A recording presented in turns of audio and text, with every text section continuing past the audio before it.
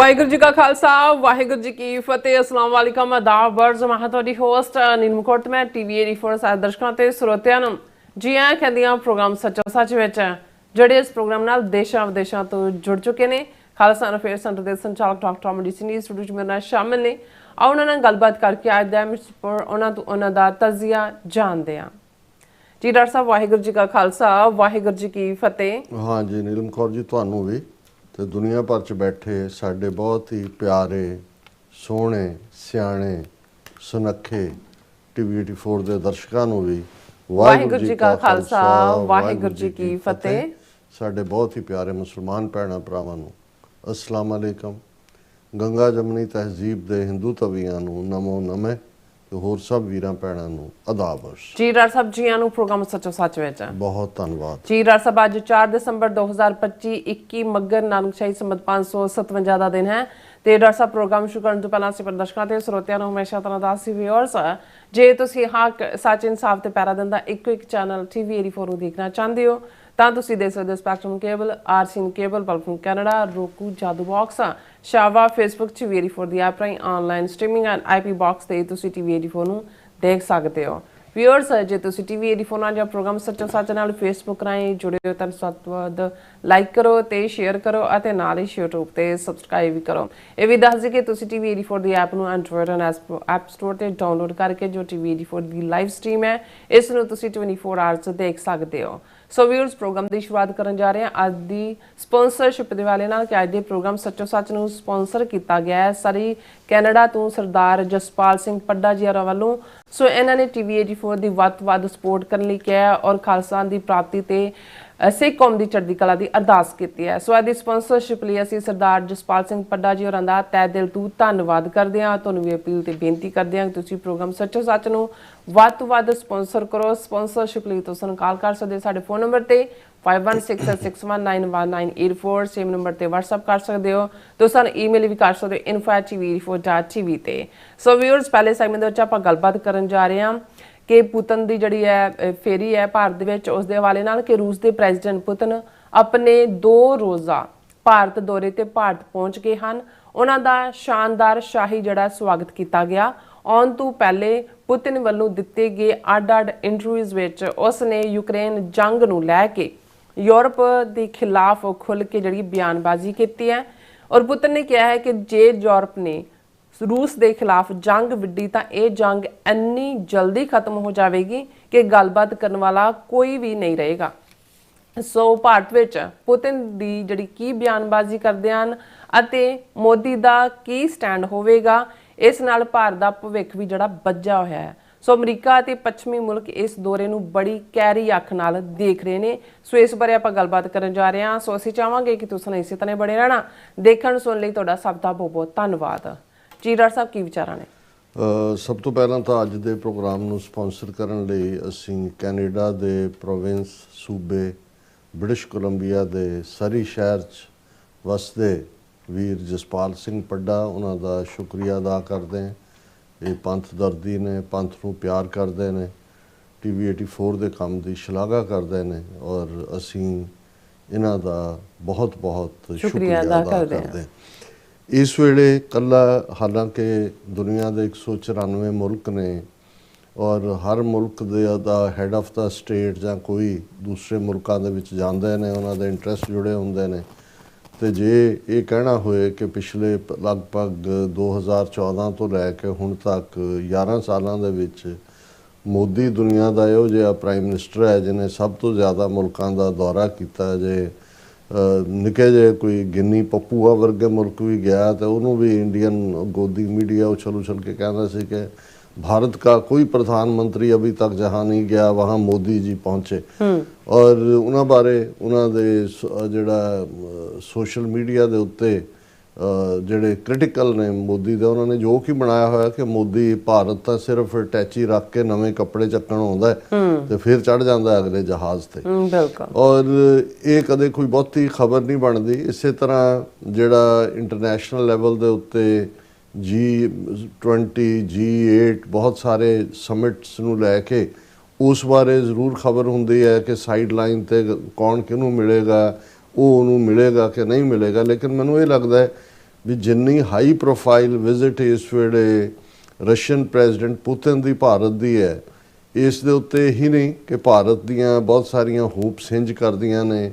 ਔਰ ਕਿਉਂਕਿ 11 ਸਾਲ ਅਮਰੀਕਾ ਨਾਲ ਦੋਸਤੀ, ਹਾਊਡੀ ਮੋਡੀ, ਨਮਸਤੇ ਟਰੰਪ, ਔਰ ਇਹਨਾਂ 11 ਸਾਲਾਂ 'ਚ ਜਿੰਨਾ ਮੋਦੀ ਟਰੰਪ ਹਵਨ ਕਰਾਏ ਕਿ ਜਿਹੜੇ ਟਰੰਪ ਦੇ ਮੂੰਹ ਨੂੰ ਲਾਏ। ਔਰ ਹੁਣ ਜਿਵੇਂ ਪਿਛਲੇ 9-10 ਮਹੀਨੇ ਦੇ ਵਿੱਚ ਟਰੰਪ ਨੇ ਇਹਨਾਂ ਨੂੰ ਕਸੋਨੇ ਨਹੀਂ ਫੇਰਿਆ, ਡਾਂਗਾ ਵੀ ਨਹੀਂ, ਇਕੱਲੀਆਂ ਡਾਂਗਾ ਤੱਕ ਮਹਿਦੂਦ ਨਹੀਂ, ਜਿੰਨੀ ਹਿਊਮਿਲੀਏਸ਼ਨ। ਔਰ ਇਹ ਵੀ ਸੋਸ਼ਲ ਮੀਡੀਆ ਤੇ ਕੁਇਜ਼ ਹੁੰਦਾ ਹੈ ਕਿ ਦੱਸੋ ਦੁਨੀਆ ਦਾ ਸਭ ਤੋਂ ਜ਼ਿਆਦਾ ਜਿਸ ਨੂੰ ਬੇਅਦਬ ਕੀਤਾ ਗਿਆ ਜਾਂ ਜਿਸ ਦੀ ਖਿੱਲੀ ਉਡਾਈ ਗਈ ਜਾਂ ਜਿਸ ਨੂੰ ਨੀਵਾਂ ਦਿਖਾਇਆ ਗਿਆ, ਉਹ ਪ੍ਰਧਾਨ ਮੰਤਰੀ ਕੌਣ ਹੈ? ਔਰ ਜ਼ਾਹਰ ਹੈ ਕਿ ਮੋਦੀ ਦਾ ਨਾਂ ਆਉਂਦਾ ਵੀ ਉਹੀ ਮੋਦੀ ਜਿਹੜਾ ਇਹ ਕ੍ਰੈਡਿਟ ਲੈਂਦਾ ਸੀ ਕਿ ਉਸਨੇ ਵਿਸ਼ਵ ਗੁਰੂ ਬਣਾ ਦਿੱਤਾ ਭਾਰਤ ਨੂੰ। ਔਰ ਰਸ਼ੀਆ ਤਾਂ ਪਹਿਲਾਂ ਹੀ ਸਾਡੀ ਜੇਬ 'ਚ ਸੀ, ਹੁਣ ਅਮਰੀਕਾ ਟਰੰਪ ਵੀ ਮੋਦੀ ਨੂੰ ਪੁੱਛ ਕੇ ਫੈਸਲੇ ਕਰਦਾ ਹੈ। ਸੋ ਉਹ ਸਾਰਾ ਜਿਹੜਾ ਉਹ ਆਲਰੇਡੀ ਇਹਨਾਂ ਦਾ ਰੈਪੂਟੇਸ਼ਨ ਤਾਂ ਜੇਲ੍ਹ 'ਚ ਹੋ ਚੁੱਕਾ ਹੈ। ਔਰ ਸ਼ਾਇਦ ਇਹੀ ਕਾਰਨ ਹੈ ਕਿ ਪੁਤਿਨ ਨੇ ਆਪਣੇ ਇੱਕ ਇੰਟਰਵਿਊ ਦੇ ਵਿੱਚ ਇਹ ਕਿਹਾ ਕਿ ਮੋਦੀ ਕਿਸ ਕਿਸਮ ਦੀ ਹਿਊਮਿਲੇਸ਼ਨ ਲੈ ਰਿਹਾ ਹੈ। ਤਾਂ ਸਾਹਮਣੇ ਹੈ ਕਿ ਵੀ 60 ਵਾਰ ਪ੍ਰੈਜ਼ੀਡੈਂਟ ਟਰੰਪ ਨੇ ਕਿਹਾ ਵੀ ਮੈਂ ਰੁਕਵਾਈ ਭਾਰਤ ਪਾਕਿਸਤਾਨ ਦੇ ਵਿੱਚ ਜੰਗ, ਮੋਦੀ ਦੀ ਇੰਨੀ ਹਿੰਮਤ ਨਹੀਂ। ਔਰ ਇਹ ਗੱਲ leader of the opposition Rahul Gandhi ਨੇ ਪਾਰਲੀਮੈਂਟ 'ਚ ਵੀ ਕਹੀ ਸੀ ਕਿ ਜੇ ਟਰੰਪ ਝੂਠ ਬੋਲਦਾ ਹੈ, ਘੱਟੋ ਘੱਟ ਭਾਰਤ ਦਾ ਪ੍ਰਧਾਨ ਮੰਤਰੀ ਜਿਹੜਾ 1,400,000,000 ਲੋਕਾਂ ਦੀ ਨੁਮਾਇੰਦਗੀ ਕਰਦਾ ਹੈ, ਇਹੀ ਖਲੋ ਕੇ ਪਾਰਲੀਮੈਂਟ 'ਚ ਕਹਿ ਦੇ ਕਿ ਯੂ ਆਰ ਏ ਲਾਇਰ, ਤੁਸੀਂ ਨਹੀਂ ਰੁਕਵਾਈ। ਔਰ ਇਸ ਸਭ ਦੇ ਬਾਵਜੂਦ ਪੁਤਿਨ ਨੇ ਵੀ ਜਿਹੜੀ ਇੱਕ ਕਮੈਂਟ ਕੀਤਾ, ਬੜਾ ਉਹ ਟਰਨ ਅਰਾਊਂਡ ਕਰਨ ਵਾਲਾ ਸੀ। ਉਹਨੇ ਭਾਰਤ ਦੇ ਲੋਕਾਂ ਨੂੰ ਕ੍ਰੈਡਿਟ ਦਿੱਤਾ ਕਿ ਜੀ ਉਹ ਇੰਨੇ ਕੁ ਬਾਣਖ ਨੇ ਕਿ ਉਹ ਆਪਣੀ ਬੇਇੱਜ਼ਤੀ ਕਦੇ ਵੀ ਬਰਦਾਸ਼ਤ ਨਹੀਂ ਕਰ ਸਕਦੇ। ਸੋ ਕਹਿਣ ਦਾ ਮਤਲਬ ਹੈ ਵੀ ਤੁਹਾਡੇ ਪ੍ਰਧਾਨ ਮੰਤਰੀ ਨੇ ਤਾਂ ਉਹ ਸਾਰੇ ਨੂੰ ਜਿਹੜਾ ਉਹ ਜ਼ਹਿਰ ਨੂੰ ਵੀ ਅੰਮ੍ਰਿਤ ਸਮਝ ਕੇ ਪੀਤਾ ਹੋਇਆ, ਕਿਉਂਕਿ ਉਹ ਜ਼ਾਹਰ ਹੈ ਵੀ ਐਸੇ ਭੇਤ ਨੇ, ਉਹਨੂੰ ਇਹ ਪਤਾ ਹੈ।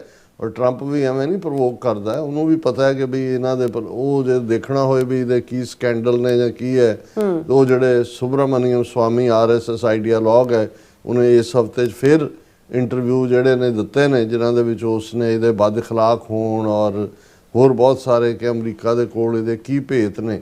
ਔਰ ਇਹੀ ਕਾਰਨ ਹੈ ਕਿ ਚੀਨ ਦੇ ਖਿਲਾਫ ਵੀ ਉਹ ਨਹੀਂ ਬੋਲਿਆ, ਇਹਦੇ ਬਾਵਜੂਦ ਕਿ ਚੀਨ ਨੇ 4000 ਸਕੁਅਰ ਕਿਲੋਮੀਟਰ ਤੋਂ ਜ਼ਿਆਦਾ ਟੈਰੀਟਰੀ ਗਲਵਾਨ ਵੈਲੀ ਔਰ ਦੂਸਰੇ ਟਕਰਾਅ ਤੋਂ ਬਾਅਦ ਲਈ। ਹੁਣ ਇਸ ਸਭ ਦੇ ਬਾਵਜੂਦ ਕਿਉਂਕਿ ਭਾਰਤ ਨੇ ਇੱਕ ਸਟੇਜ ਤੇ ਜਦੋਂ ਕੋਲਡ ਵਾਰ ਚੱਲ ਰਿਹਾ ਸੀ, ਕੋਲਡ ਵਾਰ ਈਰਾ, ਹਾਲਾਂਕਿ ਭਾਰਤ ਨੇ ਆਪਣੇ ਆਪ ਨੂੰ ਗੁੱਟ ਨਿਰਪੇਖ ਕਿਹਾ ਸੀ ਕਿ ਨਾਨ ਅਲਾਈਨਡ ਮੂਵਮੈਂਟ, ਜਿਸ ਦੇ ਵਿੱਚ 100 ਦੇ ਕਰੀਬ ਮੁਲਕਾਂ ਨੂੰ ਸ਼ਾਮਲ ਕੀਤਾ। ਜੀ ਅਸੀਂ ਨਾ ਸੋਵੀਅਤ ਯੂਨੀਅਨ ਨਾਲ ਆ ਨਾ ਅਮਰੀਕਾ ਨਾਲ ਹੈ। ਔਰ ਕਿਸੇ ਹੱਦ ਤੱਕ ਪਹਿਲੇ ਦੌਰ ਦੇ ਵਿੱਚ ਨਹਿਰੂ ਦੇ ਪੀਰੀਅਡ 'ਚ ਉਹਨੇ ਥੋੜ੍ਹਾ ਜਿਹਾ ਬੈਲੈਂਸ ਬਣਾਉਣ ਦੀ ਕੋਸ਼ਿਸ਼ ਵੀ ਕੀਤੀ, ਪਰ ਇੰਦਰਾ ਗਾਂਧੀ ਨੇ ਤਾਂ ਬਿਲਕੁਲ ਟੋਟਲੀ ਆਪਣੇ ਸਾਰੇ ਆਂਡੇ ਜਿਹੜੇ ਨੇ ਸੋਵੀਅਤ ਯੂਨੀਅਨ ਦੇ ਜਿਹੜਾ ਉਹ ਟੋਕਰੀ ਦੇ ਵਿੱਚ ਹੀ ਪਾ ਦਿੱਤੇ ਸੀ। ਨਤੀਜੇ ਦੇ ਤੌਰ ਤੇ 1971 ਦੇ ਵਿੱਚ ਜਦੋਂ ਕਿ ਭਾਰਤ ਪਾਕਿਸਤਾਨ ਜਿਹੜਾ ਜੰਗ ਹੁੰਦੀ ਹੈ, ਉਸ ਤੋਂ ਠੀਕ ਪਹਿਲਾਂ ਸੋਵੀਅਤ ਯੂਨੀਅਨ ਦੇ ਨਾਲ ਇੱਕ ਡਿਫੈਂਸ ਪੈਕਟ ਇੰਦਰਾ ਗਾਂਧੀ ਨੇ ਕੀਤਾ ਸੀ, ਜਿਹਦੇ 'ਚ ਇਹ ਸੀ ਕਿ ਜੇ ਸੋਵੀਅਤ ਯੂਨੀਅਨ ਹਮਲਾ ਕਰੇਗਾ ਭਾਰਤ ਤੇ ਜੇ ਕੋਈ ਮੁਲਕ ਭਾਰਤ ਤੇ ਹਮਲਾ ਕਰੇਗਾ ਤਾਂ ਸੋਵੀਅਤ ਯੂਨੀਅਨ ਭਾਰਤ ਦੇ ਨਾਲ ਖਲੋਏਗਾ, ਤੇ ਜੇ ਕੋਈ ਸੋਵੀਅਤ ਯੂਨੀਅਨ ਤੇ ਕਰੇਗਾ ਤੇ ਭਾਰਤ ਉਹਦੇ ਨਾਲ ਖਲੋਏਗਾ।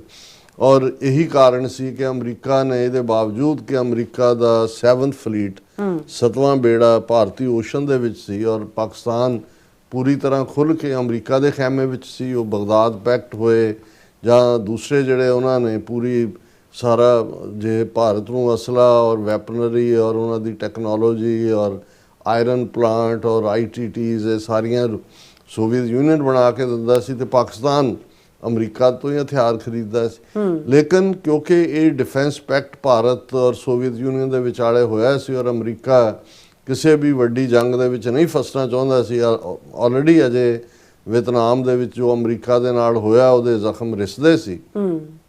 ਇਹੀ ਕਾਰਨ ਹੈ ਕਿ ਉਹਨਾਂ ਦਾ 7th ਫਲੀਟ ਜਿਹੜਾ ਓਸ਼ਨ ਦੇ ਵਿੱਚ ਘੁੰਮਦਾ ਰਿਹਾ। ਲੇਕਿਨ 14 ਦਿਨਾਂ ਦੀ ਜਿਹੜੀ ਹੈ ਜੰਗ ਤੋਂ ਬਾਅਦ ਭਾਰਤ ਨੇ ਪਾਕਿਸਤਾਨ ਨੂੰ 2 ਹਿੱਸਿਆਂ 'ਚ ਵੰਡ ਕੇ ਮਸ਼ਰਕੀ ਪਾਕਿਸਤਾਨ ਨੂੰ ਬੰਗਲਾਦੇਸ਼ ਦੇ ਤੌਰ ਤੇ ਡਿਕਲੇਅਰ ਕਰ ਦਿੱਤਾ ਸੀ। ਸੋ ਉਸ ਤੋਂ ਬਾਅਦ ਤਾਂ ਖੁੱਲ੍ਹ ਕੇ ਇੰਦਰਾ ਗਾਂਧੀ ਜਿਹੜੀ ਹੈ ਉਹ ਕੱਲ ਔਰ ਇੱਕ ਮਿਟਕਲਫ ਡਾਇਰੀ ਇੱਕ ਜਿਹੜਾ ਹੈ ਡਿਸੀਡੈਂਟ ਸੀ ਜਿਹੜਾ KGB ਲਈ ਕੰਮ ਕਰਦਾ ਸੀ, ਉਹ ਇੰਗਲੈਂਡ ਦੇ ਵਿੱਚ ਆ ਕੇ ਬੈਠਾ। ਜੇ ਉਹਦੇ ਤੁਸੀਂ ਪੇजेस ਦੇਖੋ ਤੇ ਉਹਦੇ 'ਚ ਤਾਂ ਉਹਨਾਂ ਨੇ ਕਿਹਾ ਵੀ ਕਿਵੇਂ ਕਿਸ ਹੱਦ ਤੱਕ ਇੰਦਰਾ ਗਾਂਧੀ ਉਹਨਾਂ ਦੇ ਪ੍ਰਭਾਵ ਥੱਲੇ ਸੀ, ਸੂਟਕੇਸ ਭਰੇ ਹੋਏ ਪੈਸੇ ਦੇ ਆਉਂਦੇ ਸੀ। ਔਰ ਇੰਦਰਾ ਗਾਂਧੀ ਬਾਰੇ ਉਹਨਾਂ ਨੇ ਖੁਫੀਆ 'ਚ ਕਿਹਾ ਵੀ ਇੰਨੀ ਕੰਜੂਸ ਹੈ ਕਿ ਪੈਸੇ ਰੱਖ ਲੈਂਦੀ, ਸੂਟਕੇਸ ਵੀ ਨਹੀਂ ਵਾਪਸ ਕਰਦੀ। ਔਰ ਫਿਰ ਉਹਨਾਂ ਨੇ ਕਿਹਾ ਕਿ ਵੀ ਈਵਨ ਦਿੱਲੀ ਦੀਆਂ ਲਾਈਟਸ ਦੇ ਉੱਤੇ, ਸੜਕਾਂ 'ਤੇ ਜਿੱਥੇ ਰੈੱਡ ਲਾਈਟ ਹੁੰਦੀ ਸੀ ਉੱਥੇ ਵੀ ਜਿਹੜੇ ਉਹ ਵਿੰਡੋਜ਼ ਰਾਹੀਂ ਅੰਦਰ ਉਹ ਪੁਸ਼ ਕਰਦੇ ਸੀ ਮਨੀ। ਉਹ ਪੂਰੀ ਲਿਸਟ ਹੈ ਕਿ ਕਿੰਨੇ ਜਰਨਲਿਸਟ, ਕਿੰਨੇ ਲੀਡਰ, ਕਿੰਨੇ ਆਪੋਜੀਸ਼ਨ ਦੇ, ਕਿੰਨੇ ਦੂਜੇ ਉਹ ਸੋਵੀਅਤ ਯੂਨੀਅਨ ਦੀ ਪੇਰੋਲ ਤੇ ਸੀ। ਔਰ ਜ਼ਾਹਰ ਹੈ ਕਿ ਇਹੀ ਕਾਰਨ ਸੀ ਕਿ ਜਦੋਂ ਫਿਰ 1979 ਦੇ ਵਿੱਚ ਸੋਵੀਅਤ ਯੂਨੀਅਨ ਨੇ ਅਫਗਾਨਿਸਤਾਨ ਦੇ ਉੱਤੇ ਹਮਲਾ ਕੀਤਾ। ਹੁਣ ਅੱਜ ਤਾਂ ਇਹ ਬੜੀ ਐਡਵੋਕੇਸੀ ਕਰਦੇ ਨੇ ਜੀ, ਅਫਗਾਨ ਸਾਡੇ ਦੋਸਤ ਔਰ ਅਸੀਂ ਹਮੇਸ਼ਾ, ਔਰ ਫਲਾਣਾ ਤੇ ਕਾਬਲੀ ਵਾਲਾ ਔਰ ਦੂਸਰੀਆਂ ਫਿਲਮਾਂ ਦੇ ਹਵਾਲੇ ਦੇ ਕੇ। ਲੇਕਿਨ ਇਹ ਜਿਹੜੇ ਲੋਕ ਐਨਾਲਾਈਜ਼ ਕਰਦੇ ਨੇ ਸਿਚੁਏਸ਼ਨਸ ਨੂੰ, ਉਹਨਾਂ ਦੇ ਉੱਤੋਂ ਕਦੇ ਫੈਕਟ ਲੁਕੇ ਨਹੀਂ ਹੁੰਦੇ ਕਿ 1979 ਦੇ ਵਿੱਚ ਜਦੋਂ ਸੋਵੀਅਤ ਯੂਨੀਅਨ ਨੇ ਅਫਗਾਨਿਸਤਾਨ ਦੀ ਸੋਵਰਨਿਟੀ ਨੂੰ ਤੋੜਦਿਆਂ ਹਮਲਾ ਕੀਤਾ ਅਫਗਾਨਿਸਤਾਨ ਤੇ, ਭਾਰਤ ਨੇ ਉਹਦੀ ਹਮਾਇਤ ਕੀਤੀ। ਉਦੋਂ ਭਾਰਤ ਕੋਈ ਅਫਗਾਨਿਸਤਾਨ ਦੇ ਲੋਕਾਂ ਨਾਲ ਤਾਂ ਨਹੀਂ ਖਲੋਤਾ ਕਿ ਬਈ ਉਹ ਤਾਂ 10 ਸਾਲ ਲੜਦੇ ਰਹੇ, ਉਹ ਅਮਰੀਕਨ CIA ਇਨਵੋਲਵ ਹੋ ਗਈ, ਪਾਕਿਸਤਾਨ ਦੀ ISI ਹੋ ਗਈ, ਮੁਜਾਹਿਦੀਨ, ਔਰ ਦੂਜਾ ਇੱਕ ਵੱਖਰੀ ਕਹਾਣੀ ਹੈ। ਲੇਕਿਨ ਫੈਕਟ ਆਫ ਦਾ ਮੈਟਰ ਇਹ ਹੈ ਕਿ ਭਾਰਤ ਕਿਉਂਕਿ ਪੂਰੀ ਤਰ੍ਹਾਂ ਸੋਵੀਅਤ ਬਲਾਕ ਦੇ ਵਿੱਚ ਜਾ ਚੁੱਕਾ ਸੀ, ਇਹੀ ਕਾਰਨ ਹੈ ਕਿ ਅਫਗਾਨਿਸਤਾਨ ਦੇ ਉੱਤੇ ਹਮਲੇ ਨੂੰ ਸਪੋਰਟ ਕੀਤਾ। ਇਸੇ ਤਰ੍ਹਾਂ ਸੋਵੀਅਤ ਯੂਨੀਅਨ ਨੇ ਜਿਹੜਾ ਹੰਗਰੀ ਨੂੰ ਦੇ ਉੱਤੇ ਅਟੈਕ ਕੀਤਾ, ਔਰ ਚੈਕੋਸਲੋਵਾਕੀਆ ਦੀ ਜੋ ਨੀਤੀ ਸੀ ਉਹਨੂੰ ਖੁੱਲ੍ਹ ਕੇ ਹਮਾਇਤ ਕਰਦੇ ਰਹੇ। ਹੁਣ ਜਦੋਂ ਕਿ ਅਸੀਂ ਉਸ ਦੌਰ ਤੋਂ 79 ਤੋਂ 99 'ਚ ਜੇ ਪਹੁੰਚ ਜਾਈਏ, ਜਦੋਂ ਸੋਵੀਅਤ ਯੂਨੀਅਨ ਦੇ 15 ਟੁਕੜੇ ਹੁੰਦੇ ਨੇ, ਔਰ ਸਮੁੱਚੇ ਕੋਲਡ ਵਾਰ ਈਰਾ ਦੇ ਵਿੱਚ ਜੇ ਦੇਖਣਾ ਹੋਏ, ਖਾਸ ਤੌਰ 'ਤੇ ਇੰਦਰਾ ਗਾਂਧੀ ਦਾ ਪੀਰੀਅਡ ਔਰ ਉਸ ਤੋਂ ਬਾਅਦ ਦਿਆਂ ਦਾ ਵੀ, ਕਿ ਭਾਰਤ ਨੇ ਜ਼ਿਆਦਾ ਵਾਰ ਅਮਰੀਕਾ ਦੇ ਖਿਲਾਫ ਵੋਟ ਕੀਤਾ UN ਜਨਰਲ ਅਸੈਂਬਲੀ 'ਚ ਦੈਨ ਸੋਵੀਅਤ ਯੂਨੀਅਨ ਇਟਸੈਲਫ। 1999 ਵਿੱਚ ਟੁੱਟ ਗਿਆ, ਉਹਦੇ 15 ਟੁਕੜੇ ਹੋ ਗਏ। ਇਹਨਾਂ ਨੂੰ ਵੀ ਲੱਗਾ ਭਾਰਤ ਨੂੰ ਕਿ ਵੀ ਹੁਣ ਇਹਨਾਂ ਦਾ ਜਿਹੜਾ ਵੱਡਾ ਰੋਲ, ਹਾਲਾਂ Russia as a big NTT ਰਿਹਾ ਵਿੱਚ, ਉਹ ਸਿਕਿਉਰਿਟੀ ਕੌਂਸਲ ਦੀ ਮੈਂਬਰਸ਼ਿਪ ਵੀ ਉਹਦੇ ਕੋਲ ਰਹੀ, ਅੱਜ ਵੀ ਹੈ। ਲੇਕਿਨ ਭਾਰਤ ਨੇ ਫਿਰ ਜਿਹੜਾ ਉਹ ਆਪਣਾ ਸ਼ਿਫਟ ਕਰਨਾ ਸ਼ੁਰੂ ਕਰ ਦਿੱਤਾ ਟੁਵਰਡਸ ਅਮਰੀਕਾ। ਔਰ ਅਮਰੀਕਾ ਦੇ ਵੀ ਜਿਹੜੇ ਆਪਣੇ ਇੰਟਰਸਟ ਸੀ, ਕਿਉਂਕਿ ਬਹੁਤ ਜਲਦੀ 5-7-10 ਸਾਲ ਦੇ ਵਿੱਚ ਵੀ ਜਿਹੜਾ ਜਦੋਂ 9/11 ਹੋ ਜਾਂਦਾ ਹੈ, ਅਮਰੀਕਾ ਦੇ ਖਿਲਾਫ ਵੱਡੀ ਕਾਰਵਾਈ, ਉਹ ਇਹ ਪੀਰੀਅਡ ਹੈ ਕਿ ਅਮਰੀਕਨ ਨੀਤੀ ਘਾੜੇ ਜਿਹੜੇ ਨੇ ਲੇਟ 90s ਤੱਕ ਪਹੁੰਚਦੇ ਆ ਭਾਰਤ ਵੱਲ ਝੁਕਣੇ ਸ਼ੁਰੂ ਹੋ ਗਏ। ਉਦੋਂ ਤੱਕ China as a superpower emerge ਹੋਣੀ ਸ਼ੁਰੂ ਹੋਈ ਮਿਲੀਟੈਰਲੀ ਐਂਡ ਇਕਨੋਮਿਕਲੀ।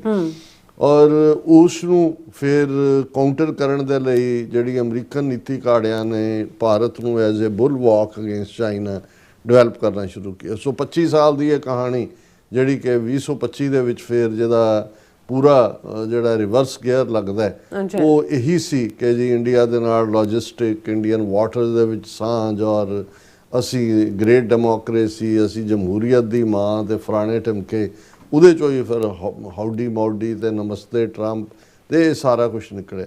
ਲੇਕਿਨ ਇਸ ਪੀਰੀਅਡ ਦੇ ਵਿੱਚ ਬਹੁਤ ਸਾਰੀਆਂ ਤਬਦੀਲੀਆਂ, ਖਾਸ ਤੌਰ 'ਤੇ ਭਾਰਤ ਜਿਹੜਾ ਕਿ ਚੀਨ ਦੇ ਸਾਹਮਣੇ ਟਿਕ ਨਹੀਂ ਸਕਿਆ, ਨਾ ਉਹ ਗਲਵਾਨ ਦੇ ਮਾਮਲੇ 'ਚ, ਔਰ ਈਵਨ ਹੁਣ ਵੀ ਜਿਹੜੀ 7, 8, 9, 10 ਮਈ ਨੂੰ 4 ਰੋਜ਼ਾ ਪਾਕਿਸਤਾਨ ਨਾਲ ਟਕਰਾਅ ਹੋਇਆ।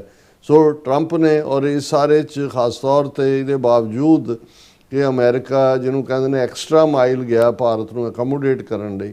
ਲੇਕਿਨ 3 ਸਾਲ ਪਹਿਲਾਂ ਜਦੋਂ ਰੂਸ ਨੇ ਯੂਕਰੇਨ ਦੇ ਉੱਤੇ ਹਮਲਾ ਕੀਤਾ, ਹਾਲਾਂ ਉਸ ਤੋਂ ਵੀ ਪਹਿਲਾਂ ਜੇ ਅਸੀਂ ਦੇਖਦੇ ਹਾਂ ਕਿ ਜਦੋਂ 2014 ਦੇ ਵਿੱਚ ਇਹਨਾਂ ਨੇ ਜਿਹੜਾ ਉਹ ਕ੍ਰੀਮੀਆ ਨੂੰ ਹੜੱਪਿਆ, ਕ੍ਰਾਈਮੀਆ ਦੇ ਉੱਤੇ ਰਸ਼ੀਆ ਨੇ ਕਬਜ਼ਾ ਕੀਤਾ। ਲੇਕਿਨ ਅਸੀਂ ਜੇ ਯੂਕਰੇਨ ਵਾਰ ਦੇ ਉੱਤੇ ਆਈਏ ਕਿ ਭਾਰਤ ਨੇ ਖੁੱਲ੍ਹ ਕੇ ਰੂਸ ਦੀ ਮਦਦ ਕੀਤੀ। ਜਿੰਨੀਆਂ UN ਜਨਰਲ ਅਸੈਂਬਲੀ ਦੇ ਵਿੱਚ ਵੋਟਾਂ ਸੀ, ਸਿਕਿਉਰਿਟੀ ਕੌਂਸਲ 'ਚ ਜੋ ਸੀ, ਅਦਰਵਾਈਜ਼ ਸੀ, ਕਦੇ ਕੰਡੈਮ ਨਹੀਂ ਕੀਤਾ ਕਿ ਭਾਈ ਸੋਵੀਅਤ ਯੂਨੀਅਨ ਨੇ ਰਸ਼ੀਆ ਨੇ ਇੱਕ ਰੈਕਗਨਾਈਜ਼ਡ ਮੁਲਕ ਯੂਕਰੇਨ ਦੀ ਸੋਵਰਨਿਟੀ ਨੂੰ ਵਾਇਲੇਟ ਕੀਤਾ।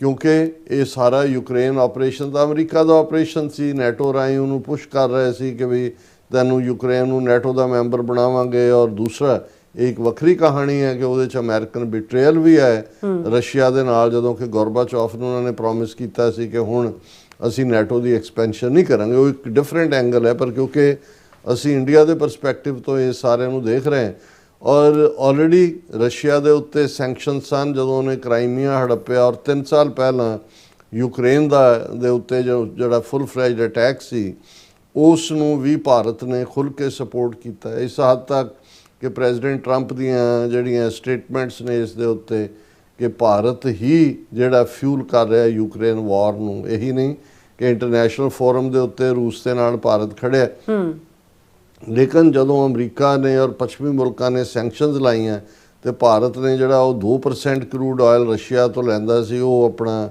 36-37% ਤੱਕ ਜਿਹੜਾ ਪਹੁੰਚਾ ਦਿੱਤਾ ਉਹਨੂੰ, ਰਸ਼ੀਆ ਨੂੰ, ਜਿਹੜਾ ਉਹਦੀ ਇਕਨੋਮੀ ਨੂੰ ਸਟੇਬਲ ਰੱਖਿਆ।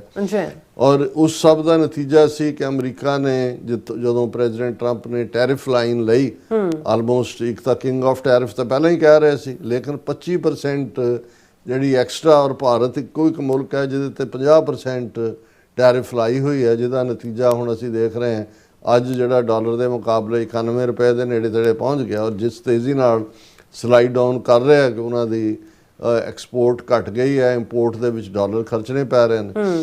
ਔਰ ਇਹ ਅਮਰੀਕਾ ਨੇ ਮੈਸੇਜ ਦੇਣਾ ਸ਼ੁਰੂ ਕੀਤਾ, ਟਰੰਪ ਨੇ। ਬਾਈਡਨ ਐਡਮਿਨਿਸਟ੍ਰੇਸ਼ਨ ਤਾਂ ਉਹਦੇ 'ਚ ਕਿਉਂਕਿ ਬਿਲਕੁਲ ਜਿਹਨੂੰ ਕਹਿੰਦੇ ਨੇ ਕਿ ਵੀ 100 ਤੋਂ ਜ਼ਿਆਦਾ ਇੰਡੀਅਨ ਓਰੀਜਨ ਦੇ ਲੋਕ ਭਰੇ ਹੋਏ ਸੀ, ਇੰਡੀਆ ਜੋ ਕਰਦਾ ਰਿਹਾ, ਔਰ ਇਹਦੇ 'ਚ ਕੋਈ ਸ਼ੱਕ ਨਹੀਂ ਹੈ ਕਈ ਵਾਰ ਪ੍ਰੈਜ਼ੀਡੈਂਟ ਟਰੰਪ ਥੋੜੀ ਜ਼ਿਆਦਾ ਲਾਪਾ ਕਰ ਦਿੰਦੇ ਨੇ ਬਾਈਡਨ ਦੀ, ਪਰ ਕਾਫੀ ਦਾ ਉਹ ਹੱਕਦਾਰ ਵੀ ਹੈ। ਇੰਨਾ ਵੀਕ ਪ੍ਰੈਜ਼ੀਡੈਂਟ, ਇੰਨਾ ਤੁਸੀਂ ਅਮਰੀਕਾ ਨੂੰ ਝੋਕ ਰਹੇ ਹੋ, $2-3 ਟ੍ਰਿਲੀਅਨ ਯੂਕਰੇਨ ਨੂੰ ਏਡ ਦੇਣ ਤੱਕ ਪਹੁੰਚ ਗਏ ਹੋ ਕਿ ਜੀ ਰਸ਼ੀਆ ਦੇ, ਔਰ ਜਿਹੜਾ ਤੁਹਾਡੇ ਸਿਰ ਤੇ ਬੈਠਾ ਭਾਰਤ ਜਿਹਨੂੰ ਨਵਾਜ ਰਹੇ ਹੋ ਤੁਸੀਂ, ਉਹ ਤੁਹਾਡੇ ਮੁਲਕ 'ਚ ਵੀ ਟਰਾਂਸਨੈਸ਼ਨਲ ਰਿਪਰੈਸ਼ਨ ਕਰ ਰਿਹਾ ਹੈ। ਯੂਕਰੇਨ ਦੇ ਮੁੱਦੇ ਦੇ ਉੱਤੇ ਜਿਹੜਾ ਹੈ ਉਹ ਬਿਲਕੁਲ ਰੂਸ ਦੀ ਮਦਦ ਕਰ ਰਿਹਾ, ਔਰ ਤੁਸੀਂ ਉਸ ਦੇ ਉੱਤੇ ਬਿਲਕੁਲ ਚੁੱਪ ਬੈਠੇ ਹੋ। ਇਸੇ ਤਰ੍ਹਾਂ ਈਵਨ ਅਫਗਾਨਿਸਤਾਨ ਪਾਲਿਸੀ ਵੀ, ਹਾਲਾਂਕਿ ਤਾਲਿਬਾਨ ਦੇ ਨਾਲ ਗੱਲਬਾਤ ਤਾਂ ਟਰੰਪ ਨੇ ਇਨੀਸ਼ੀਏਟ ਕੀਤੀ ਸੀ ਆਪਣੀ ਪਹਿਲੀ ਟਰਮ ਦੇ ਵੇਲੇ, ਲੇਕਿਨ ਜਿਸ ਤਰ੍ਹਾਂ ਬਿਲਕੁਲ ਇੱਕ ਭੱਜੋ ਨਸੀ ਦੇ ਵਿੱਚ ਅਮਰੀਕਾ ਨੂੰ ਉੱਥੋਂ ਜਿਹੜਾ ਅਮਰੀਕਨ ਫੌਜਾਂ ਨੈਟੋ ਨੂੰ ਬਾਈਡਨ ਨੇ ਕੱਢਿਆ, ਔਰ ਲਗਭਗ $7-8 ਬਿਲੀਅਨ ਦੇ ਹਥਿਆਰ ਉੱਥੇ ਛੱਡ ਕੇ ਆ ਗਏ ਅਮਰੀਕਾ ਦੇ, ਜਿਹੜੇ ਅੱਜ ਉਹ ਤਾਲਿਬਾਨ ਰਜੀਮ ਪਾਕਿਸਤਾਨ ਦੇ ਖਿਲਾਫ ਦਹਿਸ਼ਤਗਰਦੀ ਦੇ ਵਿੱਚ ਇਸਤੇਮਾਲ ਕਰ ਰਹੇ। ਉਹ ਡਿਜ਼ਾਸਟਰ ਸੀ ਕਿ ਵੀ ਤੁਸੀਂ ਇੰਨਾ ਵੀ ਜਿਹੜਾ ਉਹ ਆਪਣਾ ਨਹੀਂ ਰੱਖ ਸਕੇ ਕੰਟਰੋਲ, ਔਰ ਈਵਨ ਜਿਹੜਾ ਬੈਡਗੈਮ 에ਅਰਪੋਰਟ ਔਰ ਦੂਜਾ ਵੀ ਜਿਹੜਾ ਉਹ ਸਾਰਾ ਉਹਨਾਂ ਦੇ ਹਵਾਲੇ ਕਰ।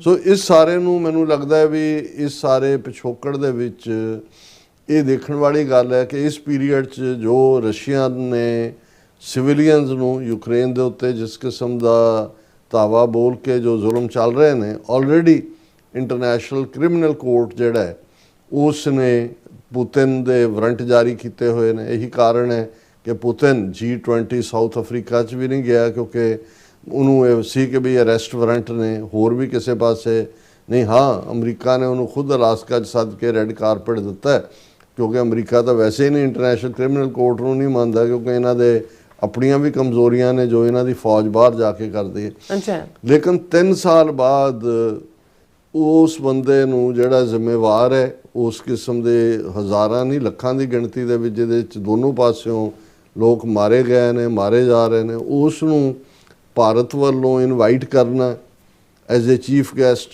ਔਰ ਉਸ ਦੌਰ ਦੇ ਵਿੱਚ ਜਦੋਂ ਕਿ ਭਾਰਤ ਖੁਦ ਜਿਹੜਾ ਹੈ ਉਹ ਬਹੁਤ ਵਲਨਰੇਬਲ ਹੈ। ਅਮਰੀਕਾ ਦੇ ਨਾਲ ਟ੍ਰੇਡ ਡੀਲ ਸਾਈਨ ਨਹੀਂ ਹੋਈ ਅਜੇ, ਯੂਰਪੀਅਨ ਯੂਨੀਅਨ ਦੇ ਨਾਲ ਜਿਹੜੀ ਗੱਲਬਾਤ ਹੈ ਉਹ ਜਿਹੜੀ ਹੈ ਵਿਚਕਾਰ ਹੀ ਫਸੀ ਹੋਈ ਹੈ ਉਸ ਨੂੰ। ਔਰ ਦੂਸਰਾ ਅਸੀਂ ਦੇਖਦੇ ਹਾਂ ਕਿ ਵੀ ਇਸ ਵਰੇ ਦੇ ਵਿੱਚ ਹੁਣ ਭਾਰਤ ਨੇ ਜਰਮਨ ਚਾਂਸਲਰ ਫ੍ਰੈਡਰਿਕ ਮਿਕ ਨੂੰ ਇੰਡੀਆ ਸੱਦਿਆ ਹੋਇਆ ਜਨਵਰੀ ਦੇ ਮਹੀਨੇ 'ਚ।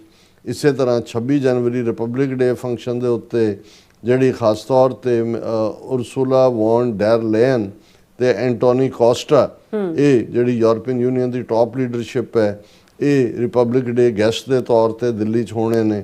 ਔਰ ਇਸੇ ਤਰ੍ਹਾਂ ਟ੍ਰੇਡ ਡੀਲ ਜਿਹੜੀ ਯੂਰਪ ਦੇ ਨਾਲ ਵੀ ਅਜੇ ਔਰ ਅਮਰੀਕਾ ਦੇ ਨਾਲ ਵੀ ਅਜੇ ਸਾਈਨ ਨਹੀਂ ਹੋਈ।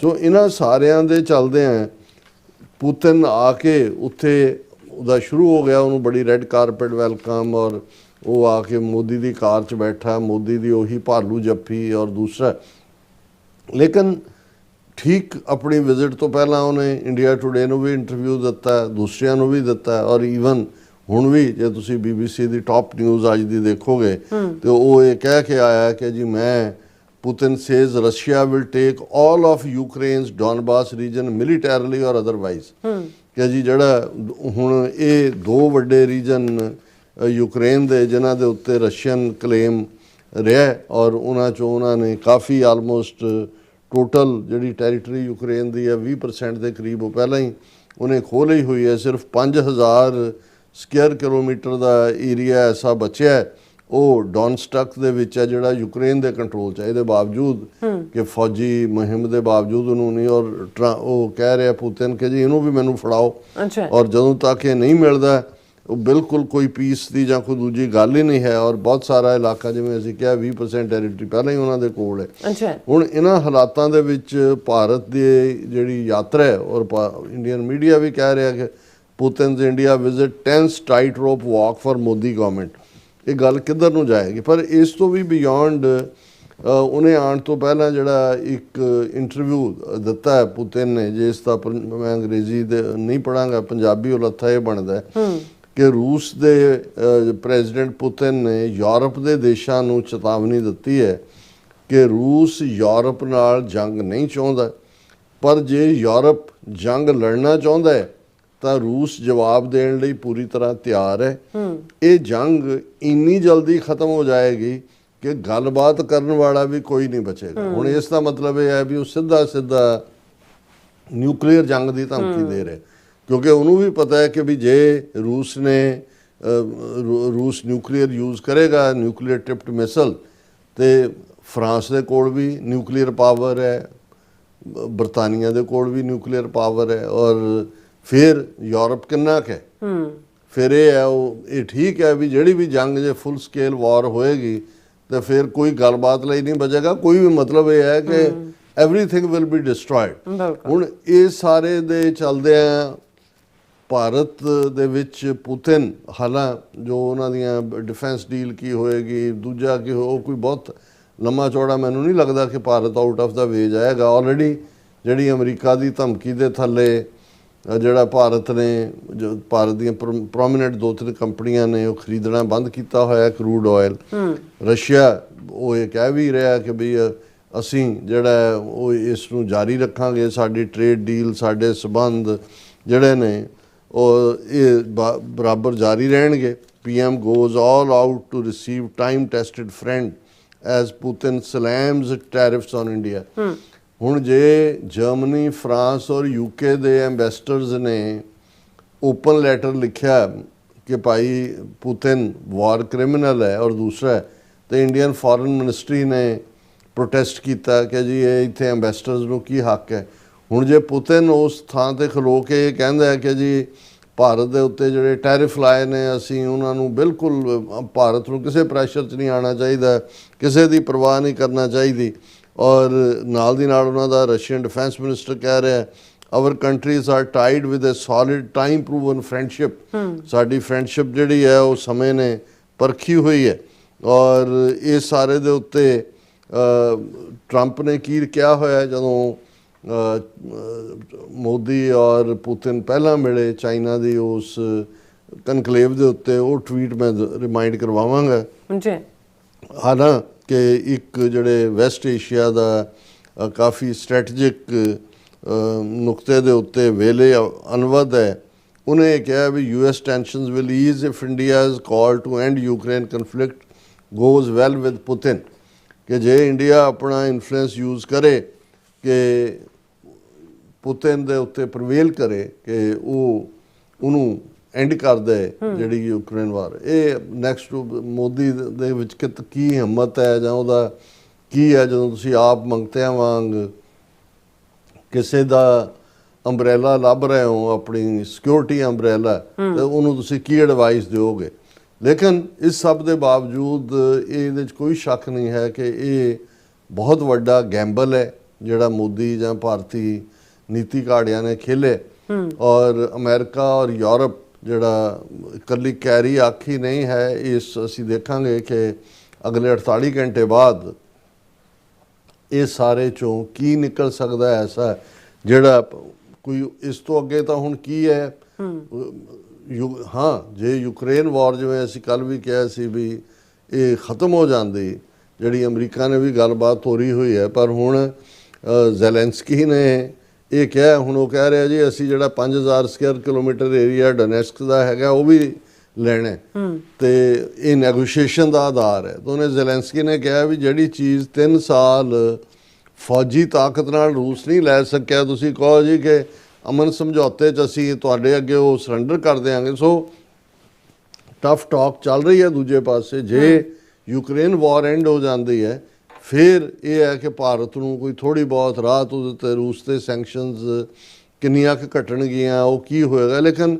ਇਸ ਪੀਰੀਅਡ 'ਚ ਜੋ ਹਾਲਾਤ ਜਾਂ ਜਿਸ ਕਿਸਮ ਦੀ ਤਿੱਖੀ ਬਿਆਨਬਾਜ਼ੀ ਪੁਤਿਨ ਨੇ ਇੰਟਰਵਿਊ ਤੋਂ ਪਹਿਲਾਂ ਕੀਤੀ ਹੈ ਵਿਜ਼ਿਟ ਤੋਂ ਪਹਿਲਾਂ ਕੀਤੀ ਹੈ ਆਪਣੇ ਇੰਟਰਵਿਊਜ਼ ਦੇ ਵਿੱਚ ਮੈਨੂੰ ਨਹੀਂ ਲੱਗਦਾ ਕਿ ਕੋਈ ਬਹੁਤ ਇਮੀਡੀਏਟ ਰੂਸ ਨੂੰ ਰਾਹਤ ਮਿਲੇਗੀ ਇਹਨਾਂ ਆਰਥਿਕ ਪਾਬੰਦੀਆਂ ਤੋਂ ਜਾਂ ਭਾਰਤ ਨੂੰ ਔਰ ਮੈਂ ਇਹਨੂੰ ਕਲੋਜ਼ ਕਰਨ ਤੋਂ ਪਹਿਲਾਂ ਸੈਗਮੈਂਟ ਨੂੰ ਡੋਨਲਡ ਟਰੰਪ ਦਾ ਇਹ ਟਵੀਟ ਯਾਦ ਕਰਾ ਦਿਆਂ ਜਦੋਂ ਕਿ ਭਾਰਤ ਦਾ ਪ੍ਰਧਾਨ ਮੰਤਰੀ ਮੋਦੀ ਪੁਤਿਨ ਦੇ ਗਲ ਜਾ ਕੇ ਭਾਲੂ ਜੱਫੀ ਪਾ ਕੇ ਲੱਗਾ ਸੀ ਡੋਨਲਡ ਟਰੰਪ ਨੇ ਕਿਹਾ ਸੀ I don't care ਇਹ ਕੁਝ ਮਹੀਨੇ ਪਹਿਲਾਂ ਦੀ ਗੱਲ ਹੈ I don't care what India does with Russia they can take their dead economies down together for all I care we have done very little business with India their tariffs are too high among the highest in the world likewise Russia and the USA do almost no business together let's keep it that way ਹੁਣ ਇਹ ਬੜਾ clearly ਹੈ ਕਿ ਵੀ ਮੈਨੂੰ ਕਹਿੰਦੇ ਮੈਂ I don't give a damn I don't care ਜਦੋਂ ਹੁੰਦਾ don't give a damn what India does with Russia ਵੀ ਉਹਦੇ ਗਲ ਲੱਗਦਾ ਹੈ ਕਿ ਉਹਦੇ ਨਾਲੋਂ ਡਿਸਟੈਂਸ ਕੋਈ ਪਰਵਾਹ ਨਹੀਂ ਹੈ they can take their dead economies down together ਇਹ ਬੜਾ ਕਲੀਅਰ ਸੀ ਕਿ ਇਕਨੋਮੀ ਰਸ਼ੀਆ ਦੀ ਵੀ ਡੈਡ ਹੈ ਜਿਹੜੀ ਹੈ ਹੀ ਹੈ ਇੰਡੀਆ ਦੀ ਡੈਡ ਤੁਸੀਂ ਦੇਖ ਲਓ ਕਿ ਜਦੋਂ ਪੁਤਿਨ 2 ਦਿਨ ਉੱਥੇ ਹੋਏਗਾ ਹੁਣ ਜੇ 91 ਦੇ ਨੇੜੇ ਤੇੜੇ ਪਹੁੰਚ ਹੋ ਸਕਦਾ 92 ਜਦੋਂ ਤੱਕ ਪੁਤਿਨ ਜਾਏ ਹੋਰ ਡੈਡ ਇਕਨੋਮੀ ਉਹ ਕਹਿੰਦੇ ਵੀ ਦੋਨੋਂ ਹੀ ਮੁਰਦੇ ਨੇ ਮੁਰਦੇ ਇੱਕ ਦੂਜੇ ਨੂੰ ਜੱਫੀ ਪਾਈ ਜਾਣ ਉਹਦੇ ਚੋਂ ਕੀ ਕੱਢ ਲੈਣਗੇ ਔਰ they can take their dead economies down together ਕਿ ਡੁੱਬੋ ਆਪਣੀਆਂ ਇਕਨੋਮੀਜ਼ ਨੂੰ ਲੈ ਕੇ ਫॉर ਆਲ ਆਈ ਕੇਅਰ ਮੈਨੂੰ ਇਸ ਦੀ ਕੋਈ ਪਰਵਾਹ ਨਹੀਂ we have done very little business with India ਸਾਡੀ ਪਹਿਲਾਂ ਵੀ ਇੰਡੀਆ ਦੇ ਨਾਲ ਕਿੰਨੀ ਕੁ ਬਿਜ਼ਨਸ ਹੈ there tariffs are too high ਬਹੁਤ ਜ਼ਿਆਦਾ ਉਹਨਾਂ ਨੇ ਟੈਰਿਫ ਲਾਏ ਹੋਏ ਨੇ ਅਮੰਗ ਦਾ ਹਾਈਐਸਟ ਇਨ ਦਾ ਵਰਲਡ ਦੁਨੀਆ 'ਚ ਸਭ ਤੋਂ ਜ਼ਿਆਦਾ ਟੈਰਿਫ